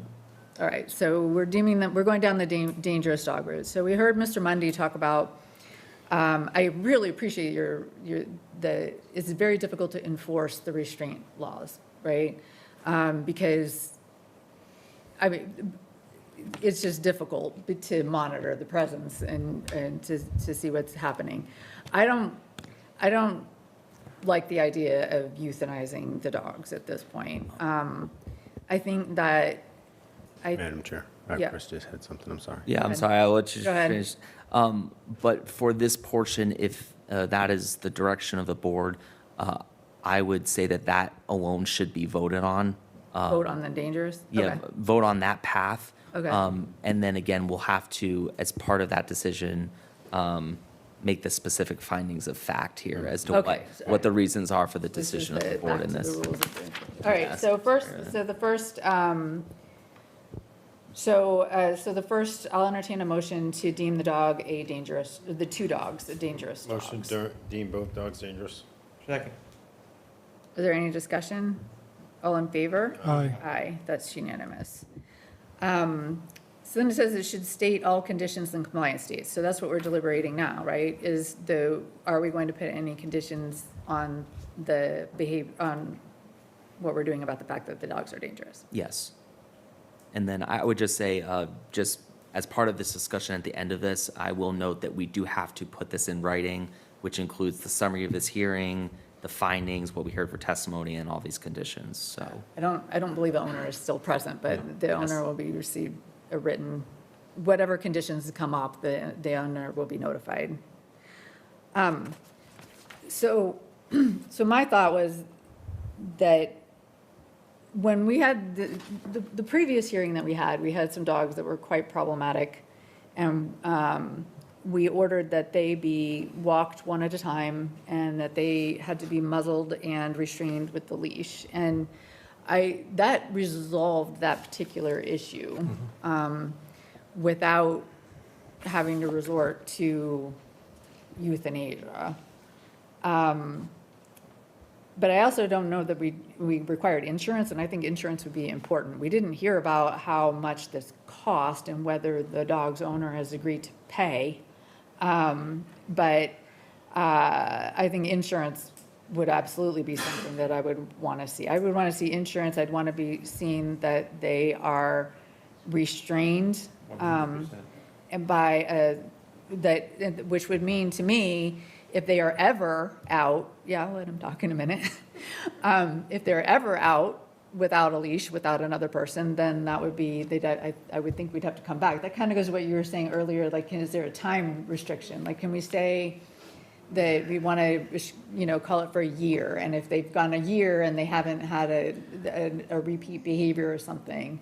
So that's just where I'm leaning, but I acknowledge what Mr. Mundy was saying. It's not great, because it still would mean that people in the neighborhood are still fearful of the animals. The dogs have already exhibited an attack against another animal, two other animals. So yeah. Go ahead, you had your hand up. So your hands are completely tied in that you have to pick one of the 7 options. Yes. Okay, and it even explicitly states you can't make the dogs leave your town, which is crazy. As far as the insurance goes, you cannot require them to get a $100,000 insurance bond. You require them to apply for one. And so if they do not get the insurance, they just need to prove they did due diligence to attempt to get the insurance bond. So how that's going to play out is they're going to do due diligence to get the insurance bond, which nobody's going to give them the insurance bond for. So that's not going to actually do anything whatsoever. And then the only penalties for violating the 6 of the 7 options via the Mass General Law is that you can't have a dog license for 5 years, which these dogs weren't even licensed until last year. So the penalty has no teeth in that you can just continue to have the dogs off the books. And then you're talking about pursuing matters civilly. Like, I don't want dogs to be euthanized. I wish the Massachusetts general law was written better, but I feel like our hands are completely tied given to how Mass wrote the law. And sorry, that's it. I don't think that we're 100% bound by Mass General Law, as long as we're within the parameters of Mass General Law, and then taking it 1 to 2 steps further to flesh it out. That's within our prerogative as a select board. In other words, we're doing it within the framework of Mass General laws, but we're proposing a remedy that is adaptive to this situation and to this community. The way the law is written, my understanding is it's literally shoe boxes we put them in. And then it explicitly states that the town not having the options to do other things, to include asking them to leave the town. Well, in fairness to the law, the reason that you don't ban animals from a town, because if it's a dangerous dog, you don't want to just ship the dangerous dog to another community. No, right? I understand. Just like we wouldn't want a dangerous dog shipped to our community, right? That's why that exists. But I understand. I agree, that was a little problematic. You've been waiting. Madam Chair, I think, to the concerns that the neighbors have stated, I am not going to vote to euthanize a dog. Not here. Maybe in the future, but not at this current time for the first time hearing about this situation. The dog can't lock the door, the dog can't unlock the door, the dog can't roam free without someone obviously being involved in that situation. And as we see in America, it's very difficult to legislate human behavior. And this is a situation where we have 6 citations with really no response from the human dog owner, unfortunately. But I'm still not willing to take that step to euthanize the dog. I think unfortunately for the neighbors, we maybe do a short, if possible, to Craig's point, a probationary period of a 3-month probationary period, that if there are no incidents in that manner, then we can move to a next step. But if something happens in there, then, maybe we go along with what Select Board Mundy's recommendation is. But at first glance, I don't see that. But at the same time, for the record, as you stated, the dog owner has left the building, has walked out of here, not wanting to hear what these results are. So that gives me very little faith that no matter what we do at this table, that it's going to change that human behavior. But I think at least for the first step, we have to try to do something to that, and then I would have a better conscience. Well, it's not the dog's fault. I would also like to see, this would require town council a signature from the owner that she is going to follow the recommendations of the board. Not that we're going to impose it and then hope that the person's going to go along with it. I want a signed contract. Madam Chair, just one more question. This is for Chris. Yeah. Can you do any combination of these 7 options that we have here? So you can select one or more of those Okay. options. So you're not limited to one. Okay. So I think to the point that was mentioned earlier, just based on the information you have, if you think one or more of these specific remedies would help in this case, that's certainly an option that the board can decide on as part of its decision. I will note that we can't require them to sign a contract. However, as part of their, the dog owner's rights, they can certainly appeal the decision that comes out of here, which is one of the reasons why this is more or less a very legal proceeding, why we have to do what we do. What is the mechanism for appeal? Like, who do they appeal to, the general court? So that is within 10 days. It's the justice of the court, the magistrate. The court magistrate. Yep. I somehow ended up chairing a jury about 12 years ago on one of these complaints. It was the magistrate. So it went into the district court. Yeah. May I ask a question? Yeah. Outside of the legal realm, your personal moral feeling, will you feel comfortable leaving this meeting with the decisions you make, finding out potentially 6 months down the road that those dogs have hurt a kid, or hurt an elderly person? Because we're making the decisions today that are going to impact people's lives months down the road. Again, This is just a terrible situation all around. I understand that. I'm just Again, it's human behavior, not the dog's behavior, unfortunately. And how do we legislate that? We can try, but I'm not willing to kill 2 dogs because of that. To be honest with you, you gotta lock the doors. I mean, dogs can bang up against the door, push open a door if it's not latched. But if you lock the door when the dog's inside, they can't undo a deadbolt. There was a question from the audience. I just want to clarify. The testimony is over, and no, we are deliberating amongst ourselves, but there's no one else that can talk.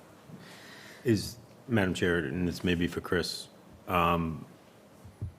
is this something where if we did something like within a 3-month window, we can address this and it can come back before the select board to see if there have been any issues with respect to that? So in my review prior to this meeting, I didn't come across anything that spoke to a probationary period on this matter. My understanding is that anything that the board acts on here is a condition going forward for this dog owner that the board sets. But sorry, Madam Chair. Yeah. But can we address that at a later meeting? Not even put a time frame on it, but if there are situations in 2 or 3 weeks, I mean, it will be back before us. We're going to make a decision here one way or the other as You're talking about for like new matters? Yes, new matters that happen, let's assume if we implement 2 or 3 or 4 of these things, And then they fail, or the owner fails to implement them and these neighbors are impacted, do we have any recourse after? Yeah, what happens if they violate? Yes. They put an order and it's violated. So What I'm getting at yeah. is, could we end up euthanizing a dog in 2 months because it's running around the neighborhood? Yeah, so my understanding is that the town can petition to take possessions of the dog. And I would just say, and again, even as a part of this hearing, if euthanasia was something that either was coming out of this meeting or at a future, as a result of a future incident, we would involve town council in that in terms of what would be the steps for that, that other action. I mean, I'm just one person, but after my thought would be the option 3 here, right? Require that they're outside of their premises, that they be muzzled, and that they be always restrained with a leash no longer than 3 feet long with the tensile strength, and that we require the owner to obtain insurance. And then,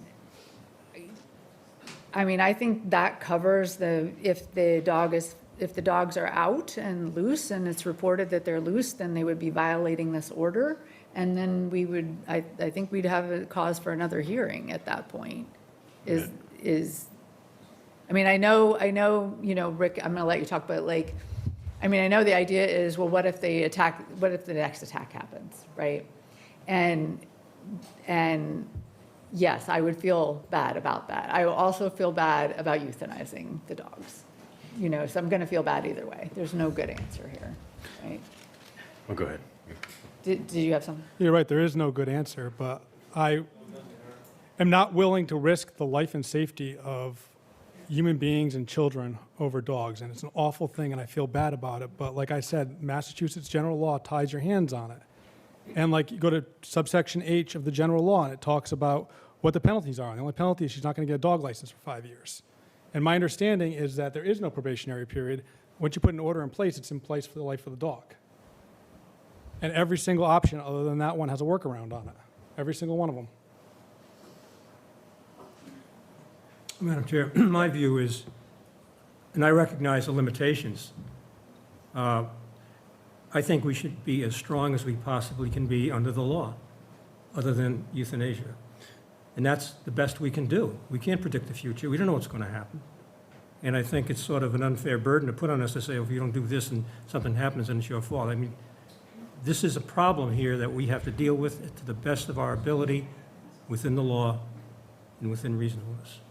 So I think we should do something similar to the other case that we had, where we demand that the dogs be confined and have muzzles when they go out and whatever else. And unfortunately, it doesn't have a lot here that may solve the problem at all. And we'll probably be back here again. Madam Chair, Just a minute. oh, sorry. And I think I could go with those two, plus mandate that they have to seek insurance, word seek, and if they're unable to get insurance, we want to see evidence of being denied by 3 carriers. Go ahead. Madam Chair, I'm just going to dovetail off of Select Board Brewer's comment with respect to number 2. The number 2 option is confined to premises, confined indoors, or confined outdoors in accordance with Chapter 140. So I think what you pointed out was number 3 that you read through, and then the insurance, and then also option 2 on there. So I think those 3 is a stronger way to go, as we mentioned. Does 3, okay, so 2 is confined to the premises, which means that they can't be removed from the premises, right? Indoors or outdoors, right? They're still Right, confined. but then 3 gives the option to be able to be removed from the premises under a leash, right? So I think that's the difference. Okay.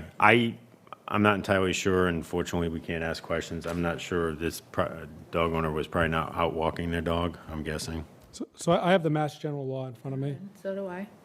Sorry. Go ahead. So 2 is on the premises, 3 is when you leave the premises, it's muzzled, so they're independent of each other. Like, you can do 1 through 6 as an option. Okay.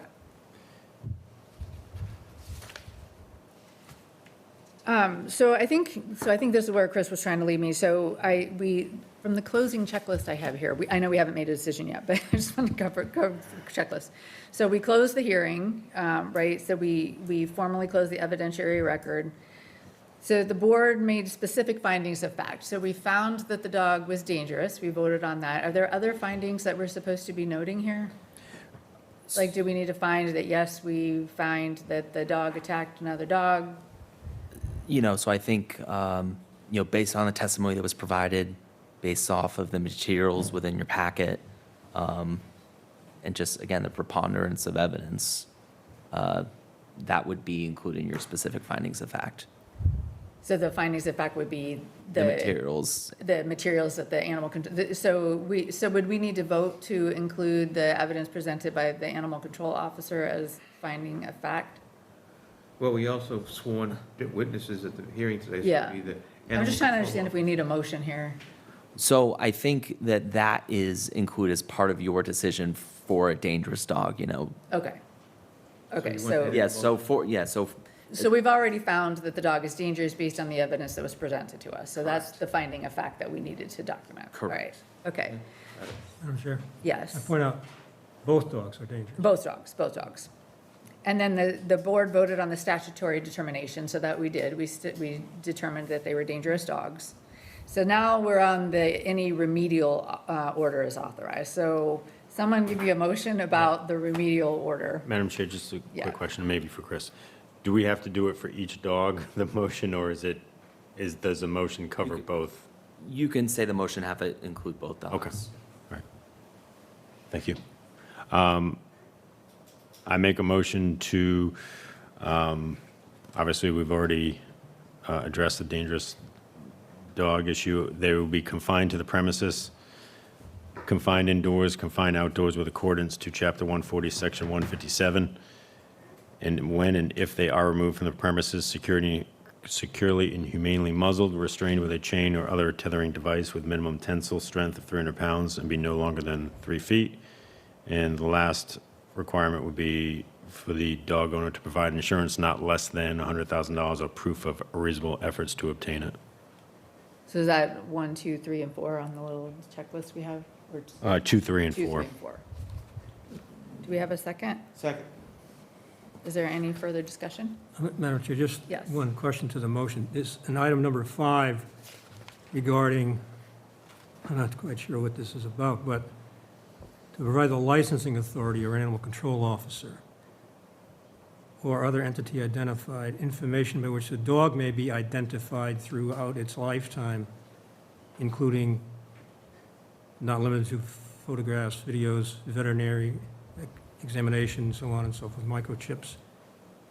And those seem to be, those are humane things, and I think they are necessary. So I would be inclined to add that. So will you amend the motion to also include option 5 there? Yes, that is fine. Was there a second? Second. Okay. All right, so we have a motion and a second. So this is 2, 3, 4, and 5. So just for 5, for clarification, are there specific items under number 5 that the board would be looking for specifically on that list?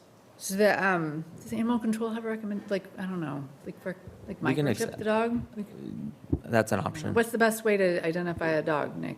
So licensing is one, I mean, that's a huge one. Yeah, no, we're Also talking- by law. We're talking about the owner or keeper of the dog to provide the licensing authority information by which the dog may be identified throughout its lifetime. So it's not limited to photographs, video, veterinary examination, tattooing, or microchip. So that's basically, every year the dog is required to be licensed. Right. And if they are not licensed, say, next year by timeframe April 1st, they're in violation of the order. Right, but this one's actually identifying the animal. So this is like saying The tattooing or microchip, microchipping. license, that's pretty much it. That's how you identify dogs, either a microchip or They're wearing a leather license, dice. you know, Okay. affixed to its collar. Okay, so one of those options, I guess. Well, I strongly recommend a microchip, because somebody has to do that, and if the owner would do that, that would be an indication that they want to solve the problem. If they don't do it, then I think we still have a problem. So I would make that a requirement. All right, so we amended the motion to include number 5, but I think we're going to amend it again to include 5, specifically microchipping the animal. Is that okay with you, Jake? That's You were the fine. motion. And was that okay with the second? Yes. Okay. Anything else? All right, so we have a motion and a second. We've already found the 2 dogs, Raina and Tally, to be dangerous. We are ordering them to be confined to the premises in accordance with Chapter 140, Section 157. We're requiring that when they remove from the premises, they be securely and humanely muzzled and restrained with a tethering device of no more than 300 or 3 feet. That they are ordered to provide insurance. The whole paragraph is what we should be including in the instructions to the complaint.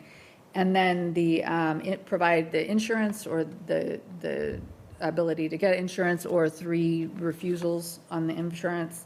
And then the lifetime identification via microchip. All right, all in favor? Aye. Aye. Any opposed? Nay. So we have 4 in favor and 1 opposed. we're supposed to have, so we have the conditions, it says the compliance dates. So should we vote on the the dates should be, how long do we give them to comply? They're- I would go with my Like original immediately? 3. Well, yeah, the compliance should be within, I would say, the next 30 days. Yeah. All right, so we expect so I think we might need another motion for that. So I think the motion would be, the owner should, I think the confining the dog should be immediate. Immediate. And then the Insurance would be- microchip and microchip. insurance maybe 30 days. Sure, want to make that motion? Is that okay? So that's the motion. Did you get that, Carla? Yes. All right, go ahead, Rick. I would say that the section 3 should be immediate as well. The muzzling and the 300-pound So tension. the muzzling, the restraining the dog, keeping them on the premises, that should be immediate, but the licensing, the proof of insurance and the microchipping would be within 30 days. And I would just clarify, it's going to be the date that the written determination is provided to them. Is provided to the owner. That's So we're gonna be directing you to prepare, serve, retain the written order. We're gonna be relying on Nick to let us know if it is violated in a way that finds out about it. Okay. All right, we didn't vote on that second motion though, did we? No. No, all right, all in favor? Aye. Aye, opposed? Nay. So 4 in favor and 1 opposed. All right, and so you are clear on the next steps, the notice, the serving of the paperwork, and the written order? Yes, okay. All right, is there any other technicality I've missed here? I don't believe so. Okay, all right, so I'm going to close the hearing on the dog. I'm just going to ask, you're welcome to stay because this is a public meeting and we have lots of interesting topics. But if you leave, please don't talk in the hallway because it's very disruptive to the meeting going on. All right, thank you for coming. We can talk outside, it's a nice day. Go outside and chat, that's fine. So the next item we have on the agenda is the Director of Senior Services recruitment.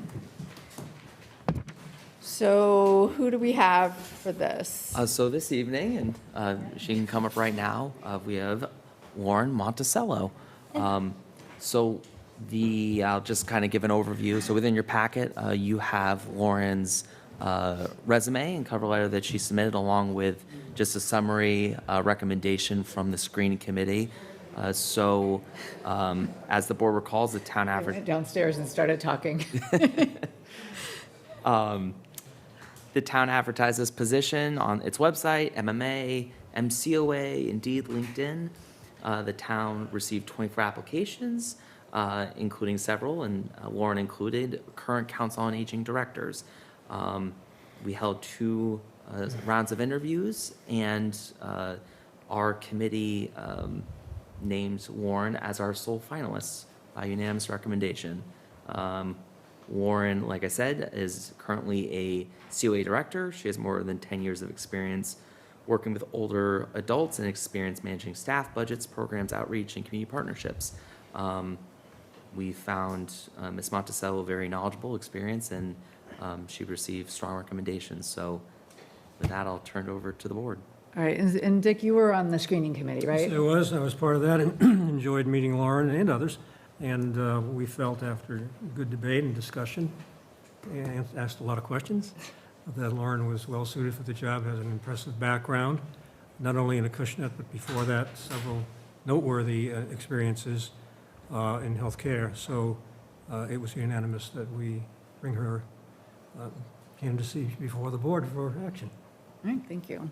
So interviewing for positions, for town positions, is always a little tricky because a normal interview, you ask a lot of detailed questions, which is why we have a screening committee, right? So as you heard, Ms. Monticello has been through a lot of interviews already. So I know this is going to seem a little cursory for a job interview probably, but it's just the nature of it. She's already been pretty well vetted. So, but I want to give the opportunity for the board here. Well, actually, why don't we just hear from you first? Can you just tell us a little bit about what attracted you to Westport, or what you would be looking forward to working here in Westport? Sure. So I've been the director of the Council on Aging in Acushnet for the last almost 2.5 years now. And when I saw that this position was available, I looked into it a little bit further, and I was actually really excited with, for me, it just would be a professional growth opportunity. I liked that there was the supportive day setting, along with, the transportation. It does seem as though it's a little bit bigger of a center than what I'm used to. So I was excited about that. Sometimes in my current position, I do feel a little bit limited in what I'm able to provide as far as services go, and it's just because we're such a small community. So I was actually really excited about the fact that this did seem as though it could be a little bit more of a challenge for myself, and I did learn that there was the potential for growing the Council on Aging and perhaps moving to a bigger and different location. So that was an exciting aspect too that I would look forward to. So overall, I think that the knowledge that I have and all the experience that I've gained throughout the number of different positions that I've held, I'd be able to bring that to the town of Westport. So I was really excited about that. Okay, thank you. We have questions? Yes. Madam Chair, just one question. And obviously, the screening committee that Select Board Brewer and others were probably a lot more educated on this. The director that we recently had, or recently retired, was very strong with securing grants. If you know, obviously, the Council of Aging is very dependent on these grants, and she did a very good job, obviously, securing those grants and bringing them in here to the town of Westport. How was your experience with, obviously, the grant writing process, applications, and various things that go into kind of securing those funds, that you've done in the past? Sure. So I have applied for a number of different grants with my time with the town of Acushnet. Unfortunately, there's lots of people applying for the same grants and not always enough funds to go around. So I'm always on the hunt for different grant opportunities. I've worked with the town planner along with our state reps that also work closely with our center. And we do have a number of different grants that we currently are awarded that I do all of the reporting for each month. So I think just knowing who your, community resources are and working closely with the town planner or any other, town departments would be helpful. And just being able to be on the lookout and knowing where to find those grant opportunities also. Great. Thank you.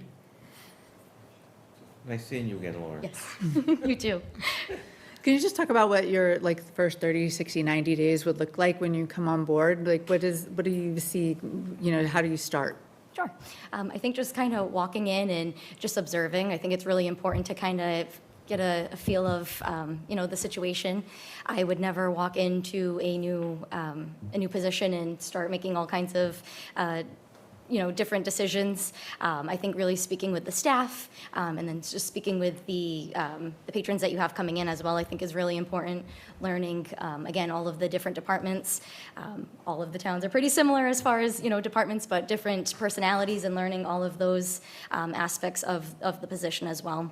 And just really putting yourself out there. I think people, the patrons themselves, they're always excited when somebody new comes in. I took over for a director that held the position for a significant amount of time. So when I walked in, they said, "Who's this young girl taking over?" And I really had to work hard to win them over. And I think I did an okay job with that. So I think just really putting myself out there and getting a feel of the community is really important. I know there's going to be a little bit of overlap between you and Bev Bush, and she's been doing an amazing job, and those are very tough shoes to fill. What are some things that you would like to ask her in the first 30 days? Sure. I think just asking her what works, what doesn't work, and she would know the kind of like the very specifics of personalities. If there's anybody that would be my go-to person, I think being able to have somebody to rely on is really important, especially being in management. In being able to find that one person that you could ask questions to. Any specifics to the building? I work in an old building currently, and there's always different funky things that go on. So I think if there was anything specific to the building itself, and again, just any insight or any tips that she would have for me that would make me successful. Thank you. So I think so correct me if I'm wrong, but I think the appropriate motion here would be to authorize the town administrator to enter into negotiations with, is that for an employment agreement? Yes, so this evening, if the board's ready, it would be to appoint Ms. Monticello to the position of Director of Senior Services, subject to a negotiation with the town administrator, passing a background check and the other pre-employment requirements. I'll make a motion to that effect. Second. Is there any discussion? All in favor? Aye, that's unanimous. Welcome aboard. I hope we can make it all work out, but work with Chris in the meantime. But thank Welcome you. to the team. Thank you. I appreciate it.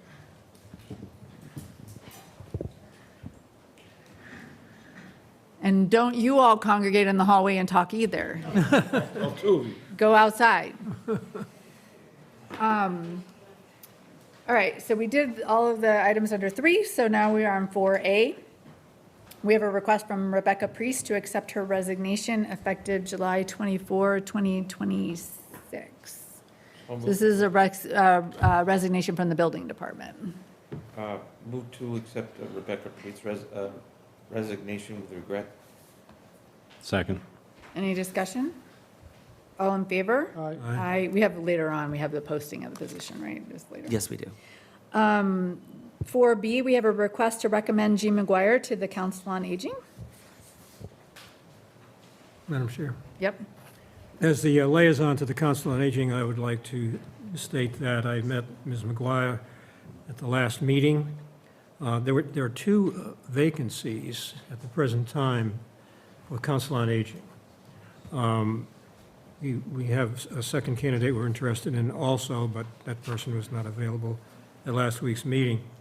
So Ms. McGuire came and has an impressive resume in healthcare. She'd make a great member of the Council on Aging. We believe she'd be a fine participant. And so I would recommend that she be appointed to the Council on Aging, Jean McGuire. Is that a motion? It's a motion. Second. Any discussion? All in favor? Aye. Aye, that's unanimous. We have a request to appoint Mark Thompson as a regular member to the Historical Commission. Anybody want to talk about that one? So we have a letter. Carolyn Bolter does not want to be reappointed, so she's retiring, so that leaves an open position to move Mark Thompson from an alternate to a full member. He's already an alternate. I move him to be a regular member of the Historic Commission. Second. Any discussion? All in favor? Aye. Aye, that's unanimous. So this is still appointment season because we're still catching up with all the appointments. So I will entertain a motion to appoint the following people for 1-year terms, except the Agricultural Commission is a 3-year term. To the Shellfish Advisory Committee, Richard Smith, Dean Lenling, Ronald Severia, Kenneth Manchester, Christopher Brewster. Shellfish Constable, Kevin Carter, Andrew Manchester, William Chase, Raymond Jarvis, Ransom Morse, Joshua Mosier, Douglas Murphy, Jonathan Paul, James Perry, William Shaw, Gary Tripp. Citizens Representative, Thomas Aubin. The Ag Commission, which I said was 3 years, Norman Anderson and Deanna Levanti. And Secondary Records Access Officer, Michael Burris. Do I have a so move? from Motion to approve the appointments. Second, Madam Chair. Any discussion? All in favor? Aye, that's unanimous. We have a request to approve the job description of the zoning board administrator position and to authorize the job posting. So Chris, you want to tell us about this one? And you're here to talk about, you can come forward. Yes, so if the board recalls, as a prior meeting, our current zoning board administrator did submit in a resignation, currently scheduled to wrap up at the end of August. Again, prior to this meeting, took the opportunity to review the job description. I know it was looked at a couple years ago, similar to what we've been doing with our other positions. I took a look through it, again, with this upcoming opening. Like I said, I reviewed it. There's some minor updates. The biggest ones were just changes to the format. We cleaned up some of the language just for succinctness, and really what's before you this evening, essential functions are in line with the prior version of the position, so there's no substantial change there. I will note one change that was made to the position with this updated job description is the prior version did ask for a bachelor's degree. It is my recommendation, and what's before you this evening, that that be an associate's degree. It does not change the grade of the position, how it scores, the essential functions of the position, but it is my recommendation because, again, this is a part-time position up to a certain number of hours, and I don't want to limit the applications that we receive in from prospective candidates. So, and again, with the board's approval tonight, we would post it tomorrow and this week. All right. And you're, Mr. Menard, are you still the chair of the ZBA? I'm still the chair. All right, have you just chance Raj to? Menard, Chair of the Zoning Board of Appeals. This is one meeting. After what you guys went through with the dog, I'm glad I'm on this side, not on your side. Hey, ZBA way worse than Yeah, I know. Select Board. I really feel for you, because what you guys went through was really difficult. I would like to see, though, a copy of the posting before it goes, just to see what the changes are. The zoning administrator is the most important job in the Zoning Board of Appeals. It's the only paid job. Everybody else are volunteers. Maria Branco has been the zoning administrator for the past several years, and she's done really an outstanding job. I can't say as much about her. Maria recently had decided to resign her job as zoning administrator due to work conditions issues with the town administrator. I actually called Chris before this happened and said, Maria is very important to us. I think it would be important for you to sit down with her and see if you could come to some resolution on this.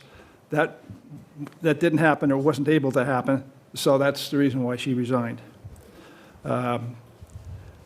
Finding a suitable replacement for the zoning administrator is going to be difficult. And I had talked to Chris about this a week or so ago.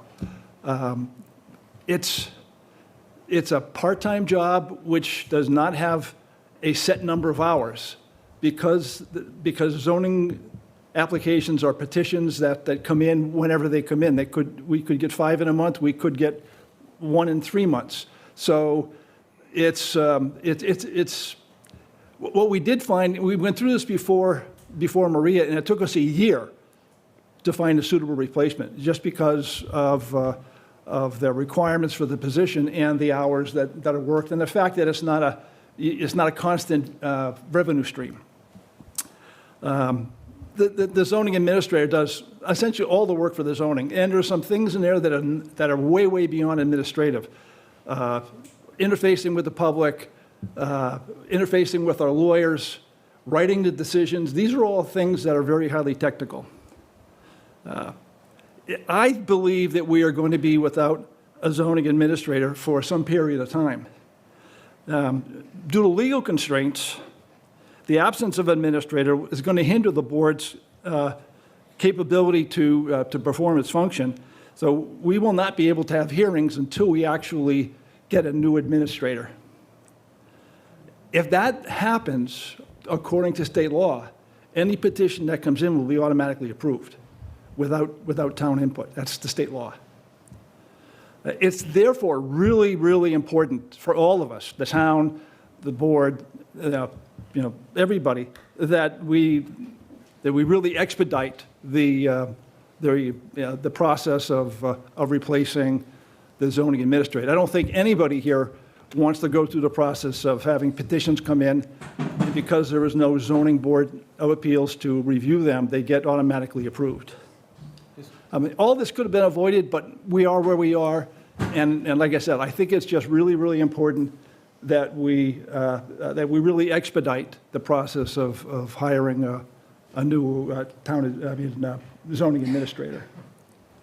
Craig? Questions? I concur. However, is it possible to reach out to another community that has a similar position to see if we can get a chunk of time of that individual to work here. Yeah. We've done that for other positions in the past. Yeah, I was going to ask, Chris, is there a backup plan here? So one of the things that we discussed in our meeting was to identify that transition. Obviously, the specific areas of concern, specific applications that they know are coming up before them in the ZBA. I know that that transition plan is something that I intend to work on with Maria over the next month and a half. And certainly, we're not going to be in a position, or I'm not going to put the town in a position where we can't process applications. So I do intend to bring forward recommendations for interim solutions while the position's advertised. My hope, and as I discussed in my meeting, is if we can post this position expeditiously, we will have a good few weeks of getting applications in so that we can review those and determine next steps. Certainly looking at other communities, I'll explore that option, and I appreciate that suggestion, but I do want to make sure that we are meeting our statutory obligations if there's a hearing or an action that needs to go before the ZBA. I can sort of tell you what's going to happen in the next few months. We have a hearing scheduled in August that Maria will still be here for, so that's not an issue. We have two petitions that have come in that were tentatively going to be scheduled for sometime in September when Maria will not be here. In that case, we won't hold a hearing for it because we will not have, unless obviously we'll hire somebody in between. So it's not in the next month or two that's going to be a problem. Well, actually, the September hearings, we more than likely will not be able to hold a hearing because we won't have an administrator to sit with us and then write the decisions and do all the things that the administrator does. I mean, I guess this is what we're going to have the town administrator explore, like contracting services to do that if we needed to, that kind of thing. So I think you're right to call it out as a risk, and I think I think we need to look to remediate it because I don't think not holding hearings is the right answer. I absolutely agree with you. I mean, that's the worst thing for the town. We have rumblings of potential 40B coming in.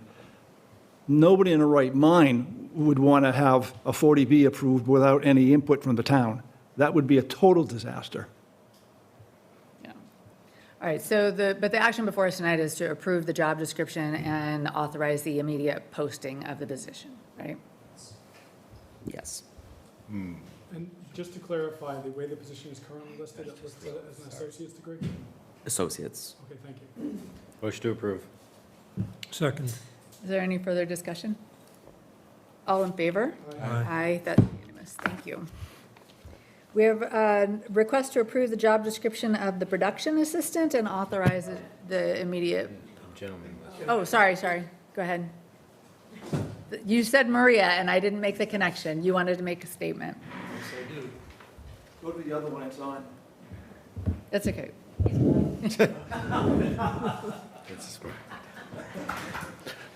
I'm George Stelgis. I live at 765 Hicksbridge. I'm a volunteer goalkeeper coach for the high school soccer team and a volunteer member of the ZBA. I've served in the Army for 20 years. Because of that service, I've been exposed to more PTSD than I ever wanted to be. 3 of my friends came back from Iraq and Afghanistan, and they're no longer with us. Now, as for me, I watched both of my parents die horrible deaths from smoking-related illnesses. I watched my father lose over 125 pounds. I watched my mother suffocate in a room full of oxygen, and there was nothing her children could do to help her. If you put me in that situation where I had to work with a smoker in a small office, 8 hours a day, 5 days a week, I would suffer consequences mentally. My job would suffer, and I would suffer PTSD. Now, if you're a smoker, that smell does nothing to you, nothing. If you're hypersensitive to it like I am, it is bad. And Maria wanted to avoid that situation, and I can't blame her. Thank you. All right, so we're on 5B, request to approve the job description of the production assistant and authorize the job posting. Do you want to tell us about this one? Certainly. So, the town recently was notified that our production assistant position was opening. In preparing to post the role, it came to my attention that the town, at least for my records, didn't have a formal job description approved for the position. So, before you this evening is a job description for the position. Again, it's not exempt, it's a non-union part-time role within our cable access department that's within your packet. So just one question about this job is, I'm not sure what all the roles are. I should know this because I'm on the cable advisory committee, but it says here they require associate's degree, but we frequently hire high school students in, is it a different job? Yeah, this is a different job. It's a different job, okay. All right. I didn't want to, that we have some great high school students that are doing stuff, so this doesn't mean we couldn't, It's not a different job. The person who held it for the past year, yeah. he quit. Right, okay. But this doesn't mean like across the board we can't hire high school students? No. Okay, all right. No, I Just, still okay. have them. Got it. Thank you. All right, any other questions?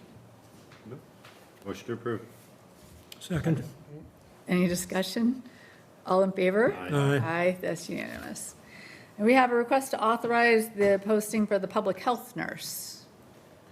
You want to tell us about this one? Yes, so actually, the next two agenda items, the board had previously reviewed the job description at its most recent meeting. These items on the agenda are just closing the loop so that we can post these jobs and start accepting applications. All right, so we already authorized the description, so this is the posting. That's correct. And are these union? Do we need to post them internally first, or? They are both non-union. Okay. All right, so the public health nurse? Motion to approve job posting. Second. Any discussion? All in favor? Aye. And then authorize the part-time Board of Health clerk job posting. Motion to authorize posting. Second, Madam Chair. Any discussion? All in favor? Aye. Aye, that's unanimous.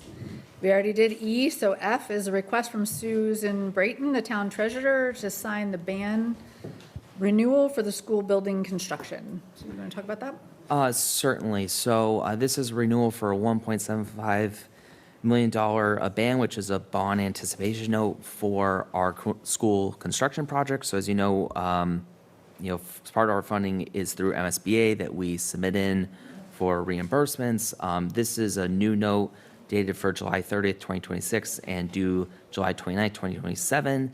And essentially, this is interim financing while we work to do our MSBA closeout and final reimbursement. Is there any legal language I'm supposed to be using here? So the vote would just be to approve and execute the renewal. Okay. Motion to execute the renewal. Second. Any discussion? Madam Chair. Yes. This is at the middle high school, I take it. That's correct. Yeah. What's interesting is these bans, bond anticipation notes, I guess they're called, usually are at the beginning of the process, awaiting approval to go into the bond market, finance it that way, a municipal bond, which we've done. So I'm just curious as to why this is coming up now. It seems like the ban mechanism is no longer necessary. We're into full-time funding through the municipal bond market. But there must be something here I'm not. So we are continuing to incur expenses. And so my understanding is this is a cash flow, right? While we wait to submit for reimbursement with MSBA for amounts owed to us, we need this funding to bridge the gap. And I know this is definitely open longer than I would say many other projects because we've been in punch-out for so long. Our hope is that this is the last time we need to do this. Okay, I understand that. Yeah. All set. We did have a meeting of the school building committee. I mean, I think most people are ready to tie out that project, but it's not quite there yet. You still have a few on the punch list, right? There's still punch list items, yeah. Did we had a motion? Yes. All right, any further discussion? All in favor? Aye. Aye, that's unanimous. We have a request from Chris Gonzalez, the highway surveyor, to execute the construction contract for PJ Keating Company for Phase 2 DOT year 2026 paving improvement projects. Chris, you want to tell us what this one is? This is a proposed $1.27 million contract covering approximately 34,500 linear square feet, or just under 7 miles of paving. Includes Sanford, Davis, Donna, Mason, Reed, Old County, Mouse Mill Roads. I believe there's one other. Also includes drainage, pavement markings, and pedestrian safety work. The completion is scheduled for October 30th, and I believe as part of the contract, there's also liquidated damages as well, so that we can get this work done in a timely manner and recommend approval. Any discussion? Motion to approve. Second, Madam Chair. Any discussion? All in favor? Aye. Aye, that's unanimous. We have, now we did the police and veterans, so request to approve the job description of the building department principal clerk and authorize the job posting. So this is a union position, so the approval, there's not any action the board needs to take on that piece of it, but it is in your packet just so that you can see what we will be posting. There are posting requirements, again, because this is a union role. With the board's approval, I do intend to reach out to see if we can post simultaneously, both internally and externally. You need to check with the union to see if it's okay with them. That is correct. Okay. Motion to approve. Second. Any discussion? All in favor? Aye. Aye, that's unanimous. The town administrator reports. Yes, a few updates from me. As the board knows, we spent a significant dollar amount this past winter with the 2026 blizzard, as well as the other flurries we got throughout the winter. The town was informed that FEMA denied the request for major disaster assistance associated with the blizzard. The state is reviewing this decision, intends to file an appeal, and we will get further updates from MEMA on those efforts. With that being said, on a positive note, the town has been notified that it's eligible for approximately $369,000 through Mass DOT's Winter Recovery Assistance Program, funded through the Fair Share Supplement. This is something where we're currently working internally on to get that reimbursement request submitted, so that we can recoup some of the funds that we expended over this past winter. The next thing, just with regards to the old high school master plan, the consultant had first round of stakeholder meetings this past week, with the exception of recreation, which is scheduled for tomorrow. They are working on just providing a summary of those meetings, and will submit those to the town after they have their stakeholder meeting with recreation. There's also a building walkthrough with them that's scheduled for this week, and I believe both Rick and Jake are going to be there representing the board. Also know a couple other things. So the planning board requested outreach to potential housing developers. The consultant's awaiting a response, and meeting participants as to who the planning board wants to connect with the consultants. And then I also know that there's been ongoing coordination with regards to the well and septic testing at the site as well. And I believe as of today, they're working on a scope of work, and our consultants are working with the trust on that avenue as well. So those efforts are ongoing, and some deliverables will be, again, forthcoming. Lastly, just a state budget update. So we did receive our final FY27 cherry sheet. When it was all said and done, the town netted approximately $99,500 over what we had budgeted. So that will be very helpful in providing the town some flexibility as we begin our FY '28 budget process. And that are all my updates. All right, thank you. Anything for Chris on that? No. So we have minutes of June 22nd and July 6th. Did I hit the June 22nd one? I don't think I. You were not here for one of Yeah. those. I make a motion to approve the minutes for June 22nd, 2026 with the corrected error that was found earlier today. Was it a substantial error that we need to know about, or is it? The error was in regard to the, what's the word? There was an amended motion, I believe. Okay. I amended the motion made by Dick Brewer in regards to the beach management plan to maintain it as the current select board policy, assuming it meets all legal and regulatory requirements. Let's do the minutes separately, because this is, Okay, so that was the June 22nd, right? Correct. All right, so do we have a second? Second. Oh, sorry. Second. All in favor? Aye. Aye. So we have 4 in favor and 1 abstain. All right, and July 6th? I make a motion to approve the minutes from July 6, 2026. Second. Any discussion? All in favor? Aye. Aye, that's unanimous. We have a report on the bill warrant. Madam Chair, at this time of year, there are always 2 of these bill warrants that need to be signed. One is to close out fiscal year '26, and that was $1,000,001. And then right behind it was the first one for 2027, containing items, town school bills and town and school payroll in both cases. Approval is not needed. This is merely reporting everything was in order, both of those warrants. Thank you. So then we have committee reports or suggestions for future agenda items. So Craig? the opioid settlement committee did not meet this month, so due to attendance issues, but the Affordable Housing Trust met. We have added 2 new members. One of them was in attendance, and so I had met the day previously with the architectural firm that was looking at the high school, and we talked about that follow-up in terms of having the high school project take on, as a part of the scope of interest functions, would include affordable housing consideration. And so that was, there were a few other things that we did, but primarily it was also because we had several new members of the committee and a new liaison.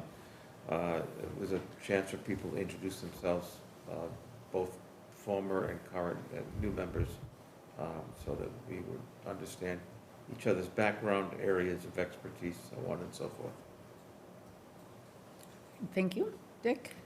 Madam Chair, I don't have anything to report. I can't believe it because I seem to be busy, but don't have anything to show for it. We've appointed you a million things. But anyway, a lot of things are coming up, but I'll talk about them next time. Okay. And I know, I mentioned we had a school building committee. It was mostly just approving a couple of bills and trying to figure out how to close the project. And then I think there's climate resilience this week, later, Is it this week? I think. I think there's a climate resilience meeting coming up. Really? I think so. We have climate resilience going on. And the Bike and Walking Path Committee is taking a summer break, but I do want to mention To go that biking? Sorry. they're going biking. The transfer station has drop-off for bikes, so you can leave a bike and take a bike, and that was in need of a little cleanup, so I know some of the members of the Bike Walking Path Committee went in.